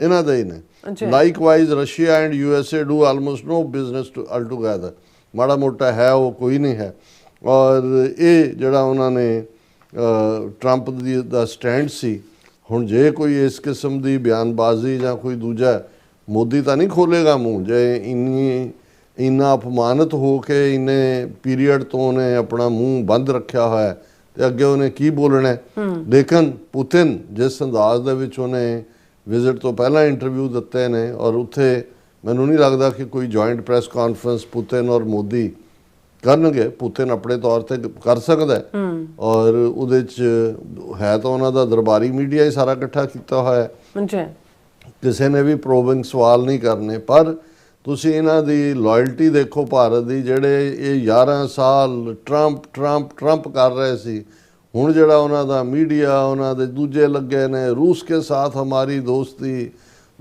पुरानी उस ज़माने की रूस भारत फलाना ठिमका ਜਿਹਨੂੰ ਲੱਗਦਾ ਕਿ ਵੀ ਇਹ ਸਾਰੇ ਇਹ ਹੈ ਇਹਨਾਂ ਦਾ ਜਿਹੜੇ ਗਿਰਗਿਟ ਦਾ ਵਿਚਾਰਾ ਐਵੇਂ ਬਦਨਾਮ ਕੀਤਾ ਹੋਇਆ ਕਿ ਗਿਰਗਿਟ ਵਾਂਗ ਰੰਗ ਬਦਲਦੇ ਨੇ ਜੇ ਕਿਸੇ ਦੇ ਨਾਲ ਤਸ਼ਬੀਹ ਦੇਣੀ ਹੋਏ ਤਾਂ ਇਹ ਕਹਿਣਾ ਵੀ ਭਾਰਤ ਦੇ ਲੋਕ ਜਾਂ ਇਹਨਾਂ ਦੇ ਨੀਤੀ ਘਾੜੇ ਕਿਵੇਂ ਰੰਗ ਬਦਲਦੇ ਨੇ ਇਹ ਇਸ ਵੱਲ ਦੇਖੋ ਔਰ ਫਿਰ ਅੰਦਾਜ਼ਾ ਲਾਓ ਵੀ ਇਹਨਾਂ ਤੇ ਤੁਸੀਂ ਕਿੰਨਾ ਕੁ ਇਤਬਾਰ ਕਰ ਸਕਦੇ ਹੋ ਜੀ ਡਾਕਟਰ ਸਾਹਿਬ ਤੁਹਾਡਾ ਬਹੁਤ ਸ਼ੁਕਰੀਆ ਸੌਥਾ ਲੈਣਾ ਬ੍ਰੇਕ ਤੇ ਜਾਣ ਤੋਂ ਪਹਿਲਾਂ ਅਸੀਂ ਆਪਣੇ ਦਰਸ਼ਕਾਂ ਤੇ ਸਰੋਤਿਆਂ ਨੂੰ ਅਪੀਲ ਤੇ ਬੇਨਤੀ ਕਰਦੀ ਵਿਊਅਰਸ ਜਿਸ ਤਰ੍ਹਾਂ ਤੁਸੀਂ ਜਾਣਦੇ ਹੋ ਕਿ ਟੀਵੀ 84 ਹੱਕ ਸੱਚ ਇਨਸਾਫ ਦੀ ਆਵਾਜ਼ ਬੁਲੰਦ ਕਰ ਰਿਹਾ ਹੈ ਆਵਾਜ਼ ਤੁਹਾਡੇ ਪਿਆਰ ਸਦਕਾ ਤੁਹਾਡੇ ਵਿਸ਼ਵਾਸ ਸਦਕਾ ਤੁਹਾਡੇ ਡੋਨੇਸ਼ਨ ਸਦਕਾ ਹੀ ਹੋ ਸਕਦੀ ਹੈ ਸੋ ਅਸੀਂ ਚਾਹਾਂਗੇ ਕਿ ਤੁਸੀਂ ਟੀਵੀ 84 ਦੀ ਚੜ੍ਹਦੀ ਕਲਾ ਲਈ ਵੱਧ ਤੋਂ ਵੱਧ ਡੋਨੇਟ ਕਰੋ ਡੋਨੇਟ ਕਰਨ ਲਈ ਸਾਡੀ ਵੈਬਸਾਈਟ tv84.tv ਤੇ ਜਾ ਕੇ ਪੇਪਾਲ ਦੀ ਵਰਤੋਂ ਕਰਕੇ ਵਨ ਟਾਈਮ ਡੋਨੇਟ ਕਰ ਸਕਦੇ ਹੋ ਮੰਥਲੀ ਡੋਨੇਟ ਵੀ ਕਰ ਸਕਦੇ ਹੋ ਤੁਸੀਂ TV 84 ਦੇ ਨਾਮ ਤੇ ਚੈੱਕ ਬਣਾ ਕੇ ਸਾਨੂੰ ਮੇਲ ਵੀ ਕਰ ਸਕਦੇ ਹੋ ਸਾਡੇ ਇਸ ਪਤੇ ਤੇ 36-01 37th Avenue Long Island City New York 11101 USA ਜਾਂ ਫਿਰ ਤੁਸੀਂ ਸਾਨੂੰ ਫੋਨ ਰਾਹੀਂ ਵੀ ਸੰਪਰਕ ਕਰ ਸਕਦੇ ਹੋ 5166191984 ਤੁਸੀਂ ਈਮੇਲ ਵੀ ਕਰ ਸਕਦੇ info@tv84.tv ਤੇ ਅਸੀਂ ਤੁਹਾਡੇ ਤਹਿ ਦਿਲ ਤੋਂ ਸ਼ੁਕਰਗੁਜ਼ਾਰ ਹੋਵਾਂਗੇ। ਸੋ ਇੱਥੇ ਲੈਣੇ ਬ੍ਰੇਕ ਵਿਊਅਰਸ ਤੁਸੀਂ ਇਸੇ ਤਰ੍ਹਾਂ ਹੀ ਬਣੇ ਰਹਿਣਾ। ਮਿਲਦੇ ਹਾਂ ਛੋਟੇ ਜਿਹੇ ਵਕਫੇ ਤੋਂ ਬਾਅਦ।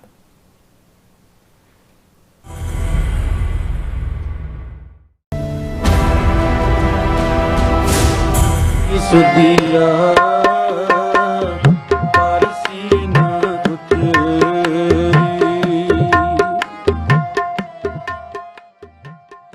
ਇਸ ਵਰੇ ਪੂਰੀ ਦੁਨੀਆ ਦੀ ਸਿੱਖ ਸੰਗਤ ਸ੍ਰੀ ਗੁਰੂ ਤੇਗ ਬਹਾਦਰ ਸਾਹਿਬ ਜੀ ਦੀ ਅਜ਼ੀਮ ਅਤੇ ਬੇਮਿਸਾਲ ਸ਼ਹਾਦਤ ਦੀ 350ਵੀਂ ਸ਼ਹੀਦੀ ਸ਼ਤਾਬਦੀ ਬੜੀ ਹੀ ਸ਼ਰਧਾ ਭਾਵਨਾ ਦੇ ਨਾਲ ਮਨਾ ਰਹੀ ਹੈ। ਉਹ ਸ਼ਹਾਦਤ ਜਿਸ ਦੀ ਰੋਸ਼ਨੀ ਪੀੜ੍ਹੀ ਦਰ ਪੀੜ੍ਹੀ ਸਾਡੇ ਰਾਹਾਂ ਨੂੰ ਰੋਸ਼ਨ ਕਰਦੀ ਆ ਰਹੀ ਹੈ ਤੇ ਸਾਨੂੰ ਸੱਚ, ਹਿੰਮਤ ਅਤੇ ਨਿਆਂ ਦੇ ਰੰਗਾਂ ਨਾਲ ਭਵਿੱਖ ਸੰਜੋਣ ਦੀ ਪ੍ਰੇਰਨਾ ਦਿੰਦੀ ਹੈ। ਆਓ ਇਸ ਮਹਾਨ ਵਿਰਾਸਤ ਨੂੰ ਸਮਰਪਿਤ ਇੱਕ ਵਿਸ਼ਾਲ ਇਕੱਠ ਵਿੱਚ ਸ਼ਾਮਿਲ ਹੋਈਏ ਯੂਨੀਵਰਸਿਟੀ ਆਫ ਵਿੰਡਸਰ ਵਿਖੇ, ਜਿੱਥੇ ਅਸੀਂ ਗੁਰੂ ਤੇਗ ਬਹਾਦਰ ਸਾਹਿਬ ਜੀ, ਭਾਈ ਮਤੀ ਦਾਸ ਜੀ, ਭਾਈ ਸਤੀ ਦਾਸ ਜੀ ਅਤੇ ਭਾਈ ਦਿਆਲਾ ਜੀ ਦੀ ਅਮਰ ਸ਼ਹਾਦਤ ਨੂੰ ਯਾਦ ਕਰਾਂਗੇ ਅਤੇ ਇਕੱਠੇ ਵਿਚਾਰ ਕਰਾਂਗੇ ਕਿ ਗੁਰੂ ਸਾਹਿਬ ਅੱਜ ਦੇ ਯੁੱਗ ਵਿੱਚ ਜਬਰ ਜ਼ੁਲਮ ਅਤੇ ਬੇਇਨਸਾਫੀ ਦੇ ਖਿਲਾਫ ਸਾਡੇ ਸੰਘਰਸ਼ ਨੂੰ ਕਿਵੇਂ ਰਾਹ ਦਿਖਾਉਂਦੇ ਹਨ ਤੇ ਸਰਬੱਤ ਦੇ ਭਲੇ ਲਈ ਸਾਡੀ ਸੋਚ ਨੂੰ ਕਿਵੇਂ ਮਜ਼ਬੂਤ ਬਣਾਉਂਦੇ ਹਨ। ਮਹਾਨ ਸ਼ਹੀਦੀ ਕਾਨਫਰੰਸ ਸਲਤਨਤ-ਏ ਨੌਮਾਸ 9 ਆਇਨਤਰ ਸ਼ਨੀਚਰਵਾਰ 6 ਦਸੰਬਰ 2025 ਸਵੇਰੇ 9 ਵਜੇ ਤੋਂ ਸ਼ਾਮ 5 ਵਜੇ ਤੱਕ ਯੂਨੀਵਰਸਿਟੀ ਆਫ ਵਿੰਡਸਰ ਵਿਖੇ। ਮੁੱਖ ਬੁਲਾਰੇ doctor Amarjit Singh Khalistan affair centre, Bhai Balpreet Singh world Sikh organisation Toronto, Giani Jeevan Singh Baba Bidhi Chand Samparda Damdami Taksal Punjab, Bhai Harminder Singh ਪੰਥਕ activist USA, professor doctor Kawaljit Singh Khadur Sahib, Bibi Parminder Kaur ਪੰਥਕ activist Canada, Giani Gurbinder Singh, Bhai Simranjot Singh world Sikh parliament, Bhai Santbir Singh Canada. ਆਓ ਗੁਰੂ ਸਾਹਿਬ ਦੀ ਰੋਸ਼ਨੀ ਹੇਠ ਇਕੱਠੇ ਹੋਈਏ, ਇਤਿਹਾਸ ਨੂੰ ਯਾਦ ਕਰੀਏ ਤੇ ਭਵਿੱਖ ਲਈ ਨਵੀਂ ਜੋਤ ਜਗਾਈਏ। ਤੁਹਾਡੀ ਹਾਜ਼ਰੀ ਸਾਡੀ ਤਾਕਤ। ਧੰਨਵਾਦ।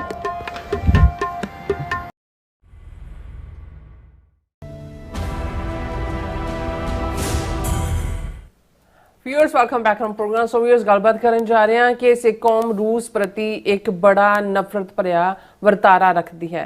ਇਹ ਸਿਰਫ ਉਸ ਦੀ ਕਮਿਊਨਿਸਟ ਵਿਚਾਰਧਾਰਾ ਕਰਕੇ ਨਹੀਂ, ਸਗੋਂ ਮੌਜੂਦਾ ਦੌਰ ਵਿੱਚ ਸੋਵੀਅਤ ਯੂਨੀਅਨ ਦੀਆਂ ਸਿੱਖ ਵਿਰੋਧੀ ਨੀਤੀਆਂ ਕਰਕੇ ਹੀ ਇੰਦਰਾ ਗਾਂਧੀ ਨੇ KGB ਦੀ ਸ਼ਹਿ ਤੇ ਜੂਨ 84 ਦਾ ਘੱਲੂਕਾਰਾ ਵਰਤਾਇਆ ਅਤੇ ਸਿੱਖ ਨਸਲਕੁਸ਼ੀ ਦਾ ਮੁੱਢ ਬੰਨਿਆ।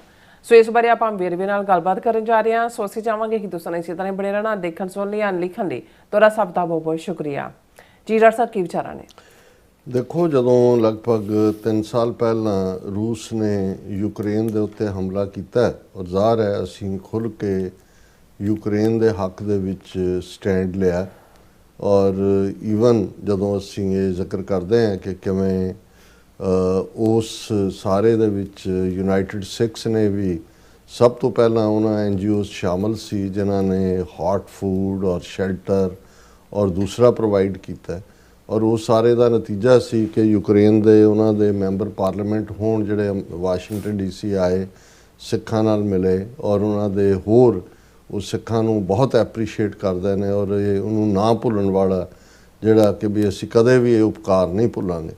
ਉਦੋਂ ਇੱਕ ਚੰਗੇ ਪਾਕਿਸਤਾਨੀ ਇੰਟੈਲੈਕਚੁਅਲ ਜਿਹੜੇ ਸਾਡੇ ਨਾਲ ਰਾਬਤੇ 'ਚ ਹੁੰਦੇ ਨੇ ਉਹਨਾਂ ਨੇ, ਕਿਉਂਕਿ ਪਾਕਿਸਤਾਨ ਦੀ ਪੋਜੀਸ਼ਨ ਜਿਸ ਦਿਨ ਐਕਚੁਅਲੀ ਰੂਸ ਨੇ ਅਟੈਕ ਕੀਤਾ ਯੂਕਰੇਨ ਦੇ ਉੱਤੇ, ਉਸ ਦਿਨ ਪਾਕਿਸਤਾਨ ਦੇ ਪ੍ਰਾਈਮ ਮਿਨਿਸਟਰ ਇਮਰਾਨ ਖਾਨ ਜਿਹੜੇ ਨੇ ਉਹ ਮਾਸਕੋ ਦੇ ਵਿੱਚ ਸਨ, ਅਕ੍ਰੋਸ ਦਾ ਟੇਬਲ ਜਿਹੜੇ ਨੇ ਪੁਤਿਨ ਦੇ ਨਾਲ ਬੈਠੇ ਹੋਏ ਸੀ ਔਰ ਉਸ ਤੋਂ ਪਹਿਲਾਂ ਕਿਉਂਕਿ ਜਿਹੜਾ ਸਾਰੀ ਲਾਈਨ ਰਹੀ ਹੈ ਉਹ ਹਾਲਾਂਕਿ ਕੋਈ ਸੋਵੀਅਤ ਯੂਨੀਅਨ ਜਾਂ ਰਸ਼ੀਆ ਜਿਹਦਾ ਮੌਜੂਦਾ ਰੂਪ ਹੁਣ ਰਸ਼ੀਆ ਦੇ ਵਿੱਚ ਹੈ, ਉਹ ਹਮੇਸ਼ਾ ਪ੍ਰੋ ਇੰਡੀਆ ਰਿਹਾ, ਕੋਈ ਪਾਕਿਸਤਾਨ ਦੀਆਂ ਹਮਦਰਦੀਆਂ ਜਾਂ ਦੂਜੀਆਂ ਤਾਂ ਨਹੀਂ ਸੀ। ਲੇਕਿਨ ਇਸ ਸਭ ਦੇ ਬਾਵਜੂਦ ਜਿਹੜੀ ਓਵਰਆਲ ਪੋਜੀਸ਼ਨ ਸੀ ਪਾਕਿਸਤਾਨ ਦੇ ਵਿੱਚ ਵੀ ਉਹ ਜਿਹੜੀ ਹੈ ਉਹ ਰੂਸ ਪੱਖੀ ਸੀ ਇੱਕ ਲਿਹਾਜ਼ ਨਾਲ, ਤੇ ਦੂਸਰੇ ਪਾਸੇ ਕਿਉਂਕਿ ਖੁੱਲ੍ਹ ਕੇ ਸਿੱਖਾਂ ਨੇ ਔਰ ਈਵਨ ਸਿੱਖ ਤਨਜ਼ੀਮਾਂ ਨੇ ਇਸ ਦੇ ਉੱਤੇ ਇਹ ਵੀ ਲਾਈਨ ਲਈ ਕਿ ਜੇ ਸਾਨੂੰ ਰੂਸ ਦੇ ਖਿਲਾਫ ਜਿਹੜਾ ਹੈ ਉਹ ਅਸੀਂ ਹਿਸਾਬ ਇਹਨਾਂ ਦੇ ਨਾਲ ਬਰਾਬਰ ਕਰਨਾ ਹੈ ਜੋ ਇਹਨਾਂ ਦਾ ਰੋਲ ਜੂਨ 84 ਦੇ ਵੇਲੇ ਸੀ, ਜੋ KGB ਨੇ ਇੰਡੀਅਨ ਰਾ ਨੂੰ ਟ੍ਰੇਨਡ ਕੀਤਾ ਔਰ ਜਿਹੜੀ ਸਿੱਖ ਨਸਲਕੁਸ਼ੀ ਦੀ ਨੀਤੀ ਹੈ। ਪਰ ਮੈਂ ਜਦੋਂ ਹੁਣ ਦੇ ਕਰੰਟ 'ਚ ਵੀ ਦੇਖ ਰਿਹਾ ਸੀ ਕਿ ਵੀ ਇਹ ਕੱਲਾ ਹੁਣ ਤੱਕ ਦੀਆਂ ਘਟਨਾਵਾਂ ਨਾਲ ਹੀ ਉਸ ਦਾ ਸੰਬੰਧ ਨਹੀਂ ਹੈ। ਇਸ ਨੂੰ ਜੇ ਅਸੀਂ ਇਤਿਹਾਸਕ ਹਿਸਟੋਰੀਕਲ ਪਿਛੋਕੜ 'ਚ ਵੀ ਦੇਖਣਾ ਚਾਹੀਏ, ਹਾਲਾਂ ਰੂਸ ਦੇ ਨਾਲ ਕੂਕਿਆਂ ਦੀ ਇੱਕ ਕਹਾਣੀ, ਉਹਦੀ ਹੋਪ ਵੀ ਜੁੜੀ ਹੋਈ ਸੀ ਜਾਂ ਜੁੜੀ ਹੋਈ ਹੈ ਉਹਨਾਂ ਦੀ ਭਵਿੱਖਬਾਣੀਆਂ ਦੇ ਥੱਲੇ। ਸਭ ਤੋਂ ਪਹਿਲਾਂ ਤਾਂ ਅਸੀਂ ਗੁਰੂ ਨਾਨਕ ਪਾਤਸ਼ਾਹ ਦੀਆਂ ਜੇ ਉਦਾਸੀਆਂ ਦਾ ਜ਼ਿਕਰ ਕਰੀਏ, ਜਿਵੇਂ ਅਸੀਂ ਜਦੋਂ ਚੀਨ ਦੇ ਹਵਾਲੇ ਨਾਲ ਕਹਿੰਦੇ ਹਾਂ ਕਿ ਉਹਨਾਂ ਨੇ ਵਿਜ਼ਿਟ ਕੀਤਾ ਸਾਰੇ ਪਾਸੇ, ਬਾਬੇ ਤਾਰੇ ਚਾਰ ਚੱਕ, ਲੇਕਿਨ ਸਾਨੂੰ ਚੀਨ ਦੇ ਵਿੱਚ ਕੋਈ ਐਸਾ ਇਤਿਹਾਸਕ ਗੁਰਦੁਆਰਾ ਨਹੀਂ ਮਿਲੇਗਾ ਜਾਂ over A period of time ਜਿਹੜਾ ਬਣਿਆ ਵੀ ਹੋਏਗਾ ਉਹ ਐਲੀਮੀਨੇਟ ਹੋ ਗਿਆ, ਜਿੱਥੇ ਗੁਰੂ ਨਾਨਕ ਪਾਤਸ਼ਾਹ ਨਾਲ ਜੁੜਿਆ ਹੋਇਆ ਇਤਿਹਾਸ ਉਹਨਾਂ ਦੀ ਵਿਜ਼ਿਟ ਦਾ ਹੋਏ। ਹਾਲਾਂ ਨੇਪਾਲ ਦੇ ਵਿੱਚ ਕਾਠਮੰਡੂ ਦੇ ਵਿੱਚ ਗੁਰੂ ਸਾਹਿਬ ਦੀ ਆਮਦ, ਨਾਨਕ ਮੱਠ ਜਾਂ ਭਾਵੇਂ ਉਦਾਸੀਆਂ ਦੇ ਕਬਜ਼ੇ 'ਚ ਹੀ ਹੈ, ਉਸ ਦੇ ਸਬੂਤ ਨੇ।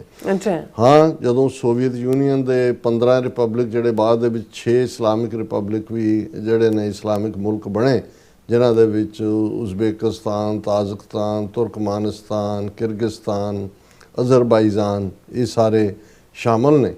ਤੇ ਉਹਨਾਂ ਦੇ ਵਿੱਚ ਜਿਹੜਾ ਉਦੋਂ ਸੋਵੀਅਤ ਯੂਨੀਅਨ ਦਾ ਹਿੱਸਾ ਸੀ, ਹੁਣ ਜਿਹੜਾ ਉਹ ਇਸ ਜਿਹੜਾ ਇੰਡੀਪੈਂਡੈਂਟ ਮੁਲਕ ਹੈ ਜਿਸ ਦੀ ਰਾਜਧਾਨੀ ਬਾਕੂ ਹੈ, ਉਸ ਦੇ ਵਿੱਚ ਜਿਹੜਾ ਲੋਕ ਜਾਂਦੇ ਨੇ ਦੇਖਣ, ਇੱਕ ਥਾਂ ਜਿਹਦੇ ਤੇ ਡਾਟ ਦੇ ਉੱਤੇ ਜਿਹੜਾ ਉਹ ਮੂਲ ਮੰਤਰ ਲਿਖਿਆ ਹੋਇਆ ਪੰਜਾਬੀ 'ਚ। ਔਰ ਹਾਲਾਂ ਇਹ ਵੀ ਹੈ ਵੀ ਇਹ ਬਾਅਦ ਦੇ ਵਿੱਚ ਕਿਸੇ ਜਿਹੜਾ ਉਦਾਸੀ ਸਾਧੂ ਨੇ ਜਿਹੜਾ ਉਹ ਸਿੱਖ ਰਾਜ ਵੇਲੇ ਜਾਂ ਉਹ ਬਣਾਇਆ ਹੈ। ਲੇਕਿਨ ਜਦੋਂ ਅਸੀਂ ਬਾਕੂ ਦੇ ਨਾਲ ਜੋੜ ਕੇ ਇਸ ਪਾਰਟ ਨੂੰ ਦੇਖਦੇ ਹਾਂ ਤਾਂ ਫਿਰ ਇਹ ਕਹਿ ਸਕਦੇ ਹਾਂ ਕਿ ਜਿਹੜਾ ਸੋਵੀਅਤ ਯੂਨੀਅਨ ਬਣਿਆ ਸੀ, ਜਿਹਦੇ 'ਚ ਉਹਨਾਂ ਨੇ ਬਾਕੀ ਸੂਬੇ ਆਪਣੇ 'ਚ ਅਨੈਕਸ ਸੀ, ਉਹਦੇ 'ਚ ਗੁਰੂ ਨਾਨਕ ਸਾਹਿਬ ਦੀ ਵਿਜ਼ਿਟ ਸੀ। ਔਰ ਸ਼ਾਇਦ ਇਹੀ ਕਾਰਨ ਹੋਏਗਾ ਕਿ ਇੱਕ ਪੰਜਾਬੀ ਦੇ ਸ਼ਾਇਰ ਜਿਨ੍ਹਾਂ ਨੇ ਗੁਰੂ ਨਾਨਕ ਪਾਤਸ਼ਾਹ ਦੇ ਉੱਤੇ ਨਜ਼ਮ ਲਿਖੀ ਸੀ, ਉਹਦੀ ਇੱਕ ਲਾਈਨ ਮੈਨੂੰ ਯਾਦ ਹੈ ਕਿ ਅਰਬਸਤਾਨ ਤੇ ਰੂਸ ਤੱਕ ਜਾ ਪੁੱਜਿਓ, ਰੋਕ ਸਕਿਆ ਨਾ ਝੱਖੜ ਤੂਫਾਨ ਤੈਨੂੰ।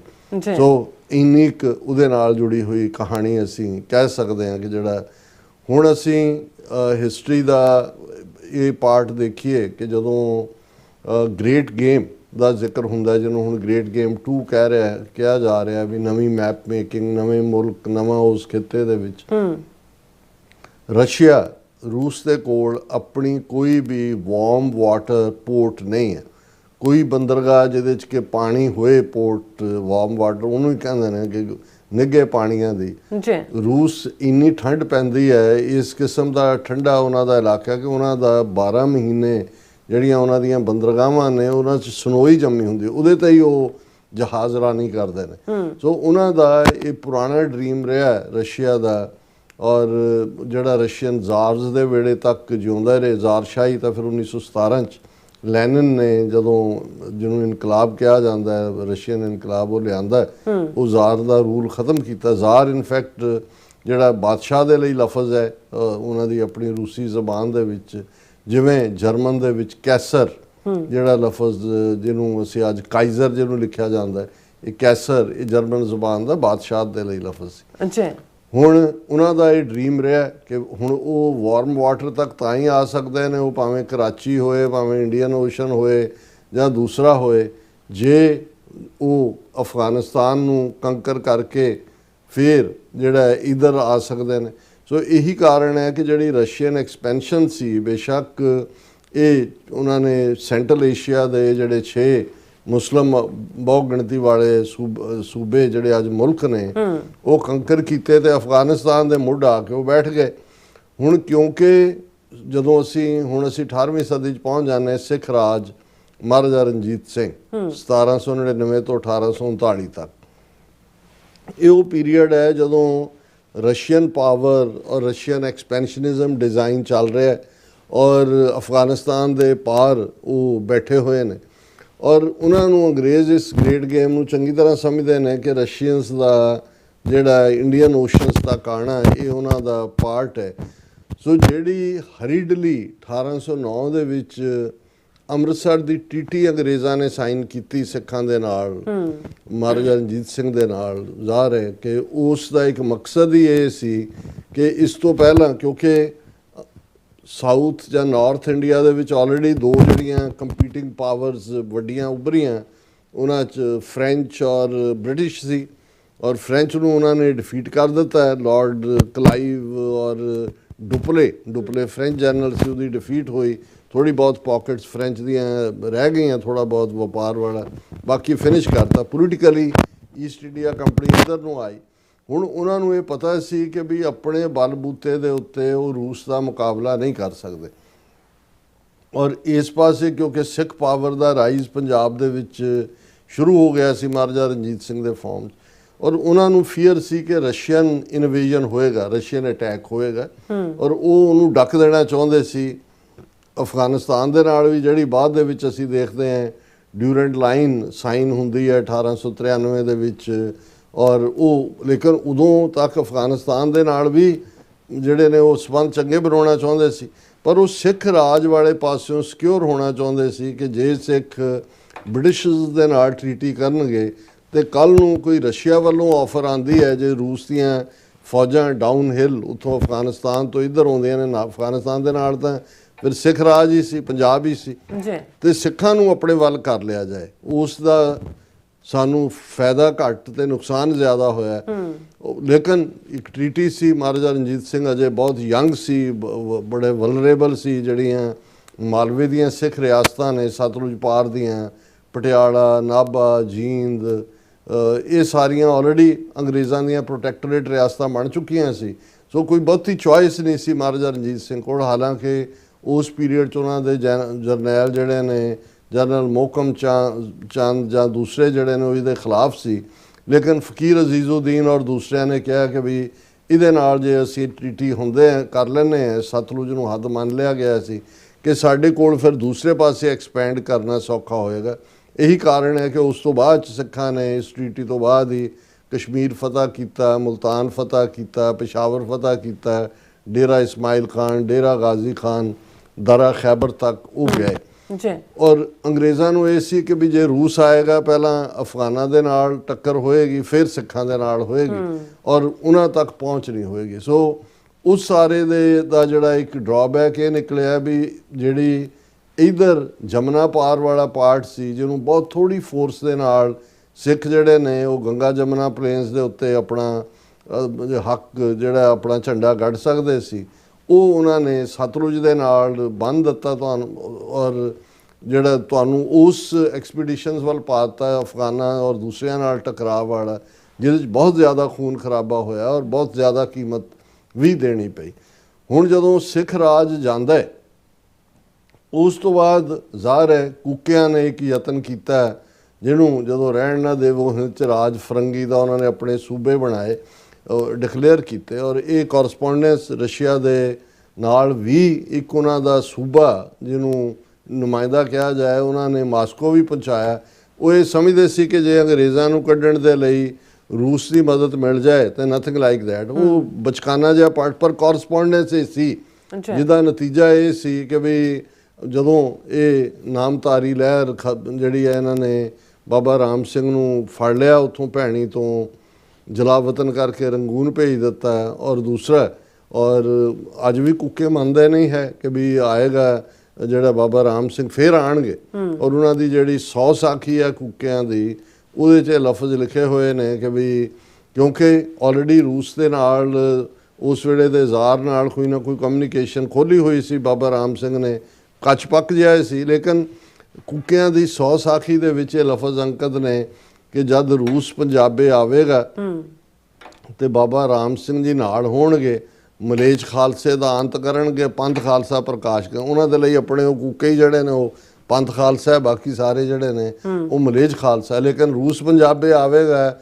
ਬਾਬਾ ਰਾਮ ਸਿੰਘ ਦਾ ਉਹਦੇ ਨਾਲ ਆਣਾ, ਕਿਉਂਕਿ ਕੂਕਿਆਂ ਨੇ ਫਰੰਗੀ ਨੂੰ ਕੱਢਣ ਦੇ ਲਈ ਇਹ ਸਮਝਿਆ ਵੀ ਸਾਨੂੰ ਰੂਸ ਦੀ ਮਦਦ ਮਿਲੇਗੀ। ਸੋ ਉਹ ਕਿੰਨੀ ਕੁ ਰੂਸ ਨੇ ਮਦਦ ਕੀਤੀ ਤਾਂ ਕੀ ਕਰਨੀ ਸੀ। ਹੁਣ ਇਹੀ ਇੱਕ ਭਰਮ ਜਿਹੜਾ ਹੈ ਮਹਾਰਾਜਾ ਦਲੀਪ ਸਿੰਘ ਨੇ ਵੀ, ਜਿਹੜਾ ਮਹਾਰਾਜਾ ਰਣਜੀਤ ਸਿੰਘ ਦੇ ਬੱਚੇ ਨੂੰ ਛੋਟੀ ਉਮਰ ਦੇ ਵਿੱਚ ਈਸਾਈ ਬਣਾ ਕੇ UK ਅੰਗਰੇਜ਼ ਲੈ ਆਏ, ਔਰ ਜਦੋਂ ਤੱਕ ਉਹਨੂੰ ਰਿਅਲਾਈਜ਼ ਹੋਇਆ 1880 ਤੱਕ ਪਹੁੰਚਦੇ ਆ ਕਿ ਭਾਈ ਸਾਡੇ ਨਾਲ ਕੀ ਹੋਇਆ, ਉਹਨੇ ਦੁਬਾਰਾ ਅੰਮ੍ਰਿਤ ਛਕਣ ਦੀ ਇੱਛਾ ਜ਼ਾਹਰ ਕੀਤੀ। ਉਹਦਾ ਕਜ਼ਨ ਠਾਕੁਰ ਸਿੰਘ ਸੰਧਾਵਾਲੀ ਆ ਕੇ ਰਿਹਾ ਔਰ ਫਿਰ ਇੱਕ ਸਟੇਜ ਤੇ ਰੂਸ ਦਾ ਇੱਕ ਪੱਤਰਕਾਰ ਵੀ ਜਿਹੜਾ ਉਸ ਦਾ ਦੋਸਤ ਬਣਿਆ, ਉਹਨੇ ਉਹਨੂੰ ਕਿਹਾ ਕਿ ਵੀ ਤੂੰ ਜੇ ਆ ਜਾਏ ਰੂਸ ਤੇ ਇਹ ਜਿਹੜਾ ਮੈਂ ਤੁਹਾਨੂੰ ਜ਼ਾਰ ਦੇ ਨਾਲ ਜਾਂ ਦੂਜੇ ਨਾਲ ਮਿਲਾਵਾਂਗਾ ਔਰ ਤੂੰ ਬਾਦਸ਼ਾਹ ਹੈ, ਤੁਹਾਡਾ ਰਾਜ ਵਾਪਸ ਲੈਣ ਲਈ ਮਦਦ ਹੋਏਗੀ। ਹੁਣ ਉਹ ਮਹਾਰਾਜਾ ਦਲੀਪ ਸਿੰਘ ਜਿਹੜਾ ਫਰਾਂਸ 'ਚ ਰਹਿ ਰਿਹਾ ਸੀ, ਉਹ ਨਿਕਲਿਆ, ਪਹੁੰਚ ਗਿਆ ਉੱਥੇ। ਉਹ ਬ੍ਰਿਟਿਸ਼ ਇੰਟੈਲੀਜੈਂਸ ਏਜੰਟ ਨਾਲ ਲੱਗਾ ਹੋਇਆ, ਉਹਦੇ ਪਾਸਪੋਰਟ ਜੋ ਵੀ ਉਸ ਜ਼ਮਾਨੇ ਦਾ ਜੋ ਵੀ ਸ਼ਨਾਖਤ ਡਾਕੂਮੈਂਟ ਉਹ ਸਾਰੇ ਉਹਨਾਂ ਨੇ ਉਹਦਾ ਅਟੈਚੀ ਚੁੱਕ ਲਿਆ। ਉਹ ਖਾਲੀ ਹੱਥੀ ਉੱਥੇ ਪਹੁੰਚਿਆ, ਮੁਲਾਕਾਤ ਵੀ ਨਹੀਂ ਹੋ ਸਕੀ ਤੇ ਬਿਲਕੁਲ ਡਿਸਹਾਰਟਨ ਹੋ ਕੇ ਆਇਆ ਕਿਉਂਕਿ ਕਿਸੇ ਦੀ ਕੋਈ ਦਿਲਚਸਪੀ ਨਹੀਂ ਸੀ। ਮੈਂ ਹਿਸਟੋਰੀਕਲ ਲਿੰਕ ਇਸ ਲਈ ਦੇ ਰਿਹਾ ਕਿ ਇਹਨੂੰ ਸਮਝਣ ਦੇ ਲਈ ਕਿ ਵੀ ਇਹ ਜਿਹੜਾ ਫਿਰ 1917 ਤੱਕ ਜਦੋਂ ਮਹਾਰਾਜਾ ਦਲੀਪ ਸਿੰਘ ਵੀ ਉੱਥੋਂ ਨਿਰਾਸ਼ ਹੀ ਮੁੜਿਆ, ਆਪਣਾ ਜੋ ਕੁਝ ਪੱਲੇ ਸੀ ਉਹ ਵੀ ਗਵਾ ਕੇ ਹੱਥ ਪੱਲਾ ਕੀ ਪੈਣਾ ਸੀ। 1917 ਜ਼ਾਰਸ਼ਾਹੀ ਦਾ ਖਾਤਮਾ ਹੋਇਆ, ਲੈਨਿਨ, ਮਾਰਕਸਿਜ਼ਮ ਕਿ religion is the opium of the masses, ਮਜ਼ਹਬ ਜਿਹੜੀ ਲੋਕਾਂ ਦੀ ਨੂੰ ਚਟਾਈ ਜਾਂਦੀ ਫੀਮ ਹੈ। ਨਤੀਜੇ ਦੇ ਤੌਰ ਤੇ ਉਦੋਂ ਤੱਕ ਇਧਰੋਂ ਗਦਰੀ ਬਾਬੇ ਸਾਡੇ ਗਏ ਜਿਹੜੇ ਪੂਰਨ ਅੰਮ੍ਰਿਤਧਾਰੀ ਸਿੰਘ ਸਨ, ਸਿੱਖੀ ਉਹਨਾਂ ਦੀ ਪ੍ਰੇਰਨਾ ਸੀ। ਲੇਕਿਨ 1912-13 ਫਸਟ ਵਰਲਡ ਵਾਰ 1914 ਸ਼ੁਰੂ ਹੋਇਆ, ਗਦਰੀ ਬਾਬੇ ਮੂਵਮੈਂਟ ਚੱਲੀ ਨਹੀਂ, ਕੋਈ ਫੜੇ ਗਏ, ਲਾਹੌਰ ਕੰਸਪੀਰੇਸੀ ਕੇਸ ਹੋਇਆ ਇਹ ਉਹ। ਲੇਕਿਨ ਇੱਕ ਗੱਲ ਗਦਰੀ ਬਾਬਿਆਂ ਦੇ ਜਿਹੜੇ ਲੈਫਟ ਓਵਰ ਸੀ, ਜੇਲ੍ਹਾਂ 'ਚ ਸੀ ਜਾਂ ਬਾਹਰ ਰਹੇ, ਇਹ ਉਹਨਾਂ ਨੂੰ ਆਇਆ ਵੀ ਅੰਗਰੇਜ਼ਾਂ ਨੂੰ ਕੱਢਣ ਦੇ ਲਈ ਆਪਣੇ ਬਲਬੂਤੇ ਤੇ ਅਸੀਂ ਕਾਮਯਾਬ ਨਹੀਂ ਹੋ ਸਕਦੇ, ਕਿਸੇ ਬਾਹਰਲੀ ਤਾਕਤ ਦੀ ਮਦਦ ਦੀ ਲੋੜ ਹੈ। ਉਦੋਂ ਤੱਕ ਉਹਨਾਂ ਨੂੰ ਇਹ ਵੀ ਨਹੀਂ ਸੀ ਪਤਾ ਵੀ ਕਮਿਊਨਿਜ਼ਮ ਕੀ ਹੈ ਕੀ ਨਹੀਂ, ਔਰ ਕਿਉਂਕਿ ਉਸ ਵੇਲੇ ਦੇ ਜਿਹੜੇ ਜ਼ਾਰ ਸੀ ਜਿਨ੍ਹਾਂ ਨੂੰ ਮਾਰਿਆ ਕਮਿਊਨਿਸਟਾਂ ਨੇ, ਉਹ ਤਾਂ ਇਹ ਐਂਗਲੋ ਸੈਕਸੀਅਨ ਰਿਸ਼ਤੇਦਾਰੀਆਂ ਸੀ, ਸਾਰੀ ਇਹੀ ਸ਼ਾਹੀ ਖੂਨ ਸੀ ਬ੍ਰਿਟਿਸ਼ ਔਰ ਦੂਸਰਿਆਂ ਦਾ। ਔਰ ਉਹਨਾਂ ਨੂੰ ਇਹ ਲੱਗਾ ਕਿ ਵੀ ਇਹ ਬ੍ਰਿਟਿਸ਼ ਵਿਰੋਧੀ ਨੇ ਤੇ ਜੇ ਅਸੀਂ ਇਹਨਾਂ ਦੇ ਨਾਲ ਤਾਵਨ ਕਰੀਏ ਤੇ ਇਹ ਸਾਡੀ ਆਜ਼ਾਦੀ ਲਹਿਰ ਦੇ ਵਿੱਚ ਮਦਦ ਕਰ ਸਕਦੇ ਨੇ। ਉਹਨਾਂ ਹਾਲਾਤਾਂ ਦੇ ਵਿੱਚ ਜਿਹੜਾ ਮਾਸਕੋ ਹੈ ਜਾਂ ਰਸ਼ੀਆ ਹੈ ਉਹ ਮੱਕਾ ਬਣ ਗਿਆ ਇਹਨਾਂ ਦਾ, ਉਹ ਜਾਣੇ ਸ਼ੁਰੂ ਹੋ ਗਏ ਜਿਹੜੇ ਕਮਿਊਨਿਸਟ ਆਪਣੇ। ਔਰ ਨਤੀਜੇ ਦੇ ਤੌਰ ਤੇ ਨਿਕਲਣਾ ਲਕਾਣਾ ਕੀ ਸੀ, ਉਹ ਉਨੀ ਕੁ ਦੇਰ ਹੀ ਰਹੇ ਜਿੰਨੀ ਕੁ ਐਂਟੀ ਬ੍ਰਿਟਿਸ਼। ਫਿਰ ਇੱਕ ਸਟੇਜ ਦੇ ਉੱਤੇ ਸਟਾਲਿਨ ਆ ਗਿਆ 1930 'ਚੋਂ, ਹਿਟਲਰ ਦਾ ਦੋਸਤ ਬਣ ਗਿਆ। ਫਿਰ 1900 ਜਦੋਂ ਸੈਕੰਡ ਵਰਲਡ ਵਾਰ 1939 'ਚ ਸ਼ੁਰੂ ਹੋਈ, ਉਦੋਂ ਰਸ਼ੀਆ ਜਿਹੜਾ ਸੋਵੀਅਤ ਯੂਨੀਅਨ ਔਰ ਬ੍ਰਿਟਿਸ਼ ਇਕੱਠੇ ਹੋ ਗਏ ਜਰਮਨੀ ਦੇ ਖਿਲਾਫ, ਔਰ ਉਹ ਸਾਰਾ ਜਿਹੜਾ ਪਾਰਟ ਉਹ ਟੁੱਟ ਗਿਆ। ਹੁਣ 47 ਤੋਂ ਬਾਅਦ ਹਾਂ ਇਹ ਹੋਇਆ ਵੀ ਕਿਉਂਕਿ ਕਮਿਊਨਿਜ਼ਮ ਨੂੰ ਇੰਟਰੋਡਿਊਸ ਹੀ ਇੰਡੀਆ ਦੇ ਵਿੱਚ ਸਿੱਖਾਂ ਨੇ ਕਰਵਾਇਆ। ਹਾਲਾਂ ਉਹਨਾਂ ਦੀਆਂ ਕਾਨਫਰੰਸਾਂ ਗੁਰੂ ਗ੍ਰੰਥ ਸਾਹਿਬ ਦੇ ਅਖੰਡ ਪਾਠ ਦਾ ਭੋਗ ਪਾ ਕੇ ਸ਼ੁਰੂ ਹੁੰਦੀਆਂ ਸੀ। ਜਿੰਨੇ ਵੱਡੇ ਕਮਿਊਨਿਸਟ ਉਸ ਜ਼ਮਾਨੇ ਦੇ ਬਾਬਾ ਸੋਹਣ ਸਿੰਘ ਭਕਨਾ, ਗੁਰਮੁਖ ਸਿੰਘ ਲਲਤੋਂ, ਜਵਾਲਾ ਸਿੰਘ, ਦੂਸਰੇ ਸਾਰੇ ਨੇ ਜਿਹੜੇ ਗਦਰੀ ਸੀ, ਉਹ ਸਾਰੇ ਅੰਮ੍ਰਿਤਧਾਰੀ ਔਰ ਡੈਡੀਕੇਟਡ ਸੀ। ਲੇਕਿਨ ਇਸ ਭੁਲੇਖੇ ਜਿਹੜਾ ਕਮਿਊਨਿਜ਼ਮ ਹੈ ਨਾਸਤਕਤਾ ਦਾ ਔਰ ਰੱਬ ਤੋਂ ਦੂਰ, ਔਰ ਉਹਨਾਂ ਨੂੰ ਗੁਰੂ ਗੋਬਿੰਦ ਸਿੰਘ ਸਾਹਿਬ ਜਾਂ ਦੂਸਰਿਆਂ ਦੀ ਪ੍ਰੇਰਨਾ ਨਜ਼ਰ ਨਹੀਂ ਆਈ, ਇਧਰ ਜਿਹੜਾ ਉਹਨਾਂ ਨੂੰ ਆਇਆ। ਉਹਦਾ ਨਤੀਜਾ ਇਹ ਹੋਇਆ ਕਿ ਕਮਿਊਨਿਜ਼ਮ ਦੀਆਂ ਜੜ੍ਹਾਂ ਪੰਜਾਬ ਦੇ ਵਿੱਚ ਬਹੁਤ ਡੂੰਘੀਆਂ ਲੱਗੀਆਂ। ਔਰ ਅੱਜ ਤੱਕ ਵੀ ਜਦੋਂ ਅਸੀਂ ਦੇਖਦੇ ਹਾਂ ਕਿਸਾਨ ਮੂਵਮੈਂਟ ਵੇਲੇ ਤੁਸੀਂ ਦੇਖ ਲਓ ਕਰੰਟਲੀ ਆ 32-33 ਜਿਹੜੀਆਂ ਜਥੇਬੰਦੀਆਂ ਉਹਨਾਂ 'ਚ ਵੱਡਾ ਤਬਕਾ ਉਹਨਾਂ ਕਾਮਰੇਡਾਂ ਦਾ ਸੀ। ਹਾਲਾਂ ਆਮ ਲੜਨ ਵਾਲਾ ਕਿਸਾਨ ਸਿੱਖ ਹੈ, ਪਰ ਇਹਨਾਂ ਨੂੰ ਸਾਡੇ ਖਾਲਸਾਈ ਝੰਡੇ ਤੋਂ ਸਮੱਸਿਆ ਹੈ, ਜਕਾਰੇ ਤੋਂ ਸਮੱਸਿਆ ਹੈ, ਨਗਾਰੇ ਤੋਂ ਸਮੱਸਿਆ ਹੈ, ਸਿੱਖ ਰਾਜ ਦੇ ਕਨਸੈਪਟ ਤੋਂ ਸਮੱਸਿਆ ਹੈ।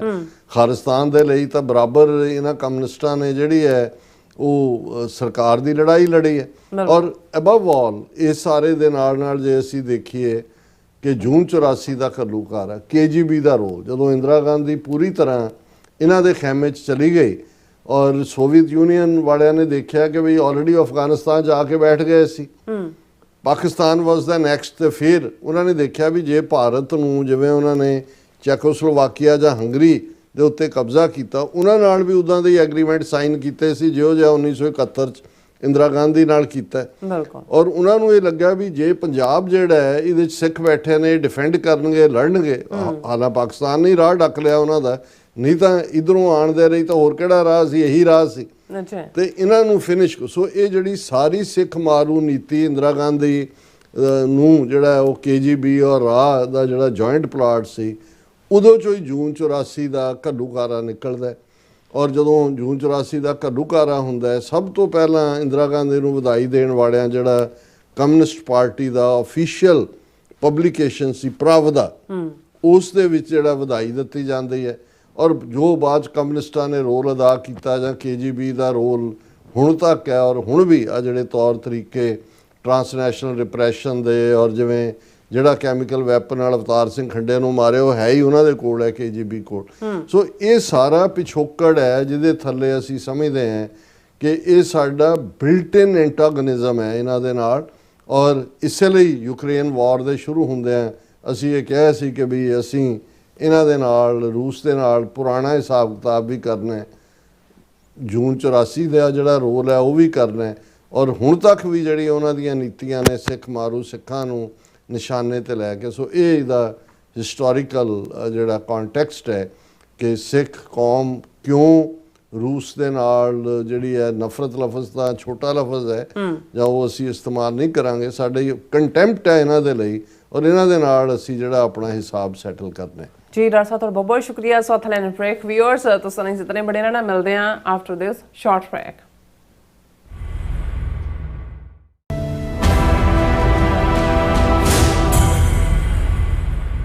सुदिया पारसी न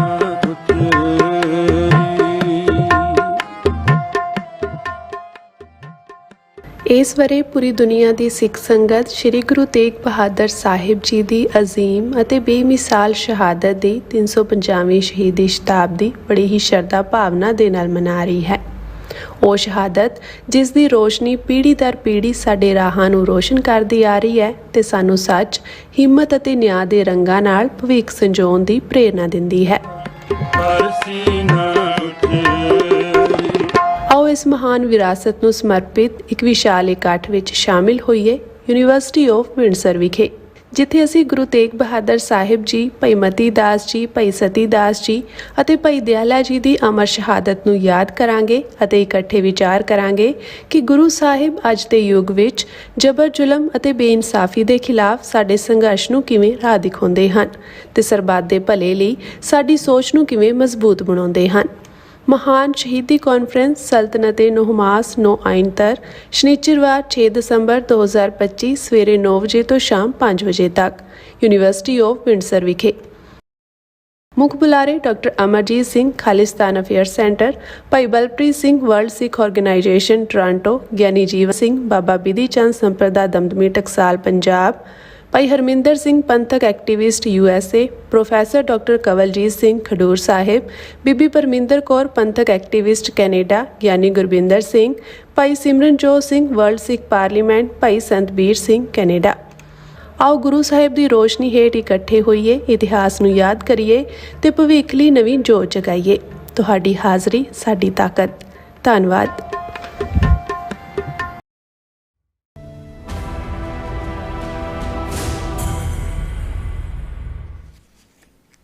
viewers, welcome back on programme. So viewers, ਗੱਲਬਾਤ ਕਰਨ ਜਾ ਰਹੇ ਹਾਂ ਕਿ ਅਮਰੀਕਾ ਦੀ ਬੜੀ ਪ੍ਰਭਾਵਸ਼ਾਲੀ ਮੈਗਜ਼ੀਨ ਫੈਡਰਲਿਸਟ ਨੇ ਆਪਣੇ ਇੱਕ ਆਰਟੀਕਲ ਵਿੱਚ ਵਜ਼ਾਹਤ ਕੀਤੀ ਹੈ ਕਿ ਅਮਰੀਕਾ ਉਹਨਾਂ 19 ਦੇਸ਼ਾਂ ਦੀ ਲਿਸਟ ਵਿੱਚ ਮੈਕਸੀਕੋ, ਭਾਰਤ ਤੇ ਚੀਨ ਨੂੰ ਵੀ ਸ਼ਾਮਲ ਕਰੇ ਜਿਨ੍ਹਾਂ ਦੇ ਅਮਰੀਕਾ ਆਉਣ ਤੇ ਪਾਬੰਦੀ ਹੈ। ਸੋ ਇਸ ਬਾਰੇ ਆਪਾਂ ਗੱਲਬਾਤ ਕਰਨ ਜਾ ਰਹੇ ਹਾਂ। ਸੋ ਅਸੀਂ ਚਾਹਾਂਗੇ ਕਿ ਤੁਸੀਂ ਇਸੇ ਤਰ੍ਹਾਂ ਬਣੇ ਰਹਿਣਾ।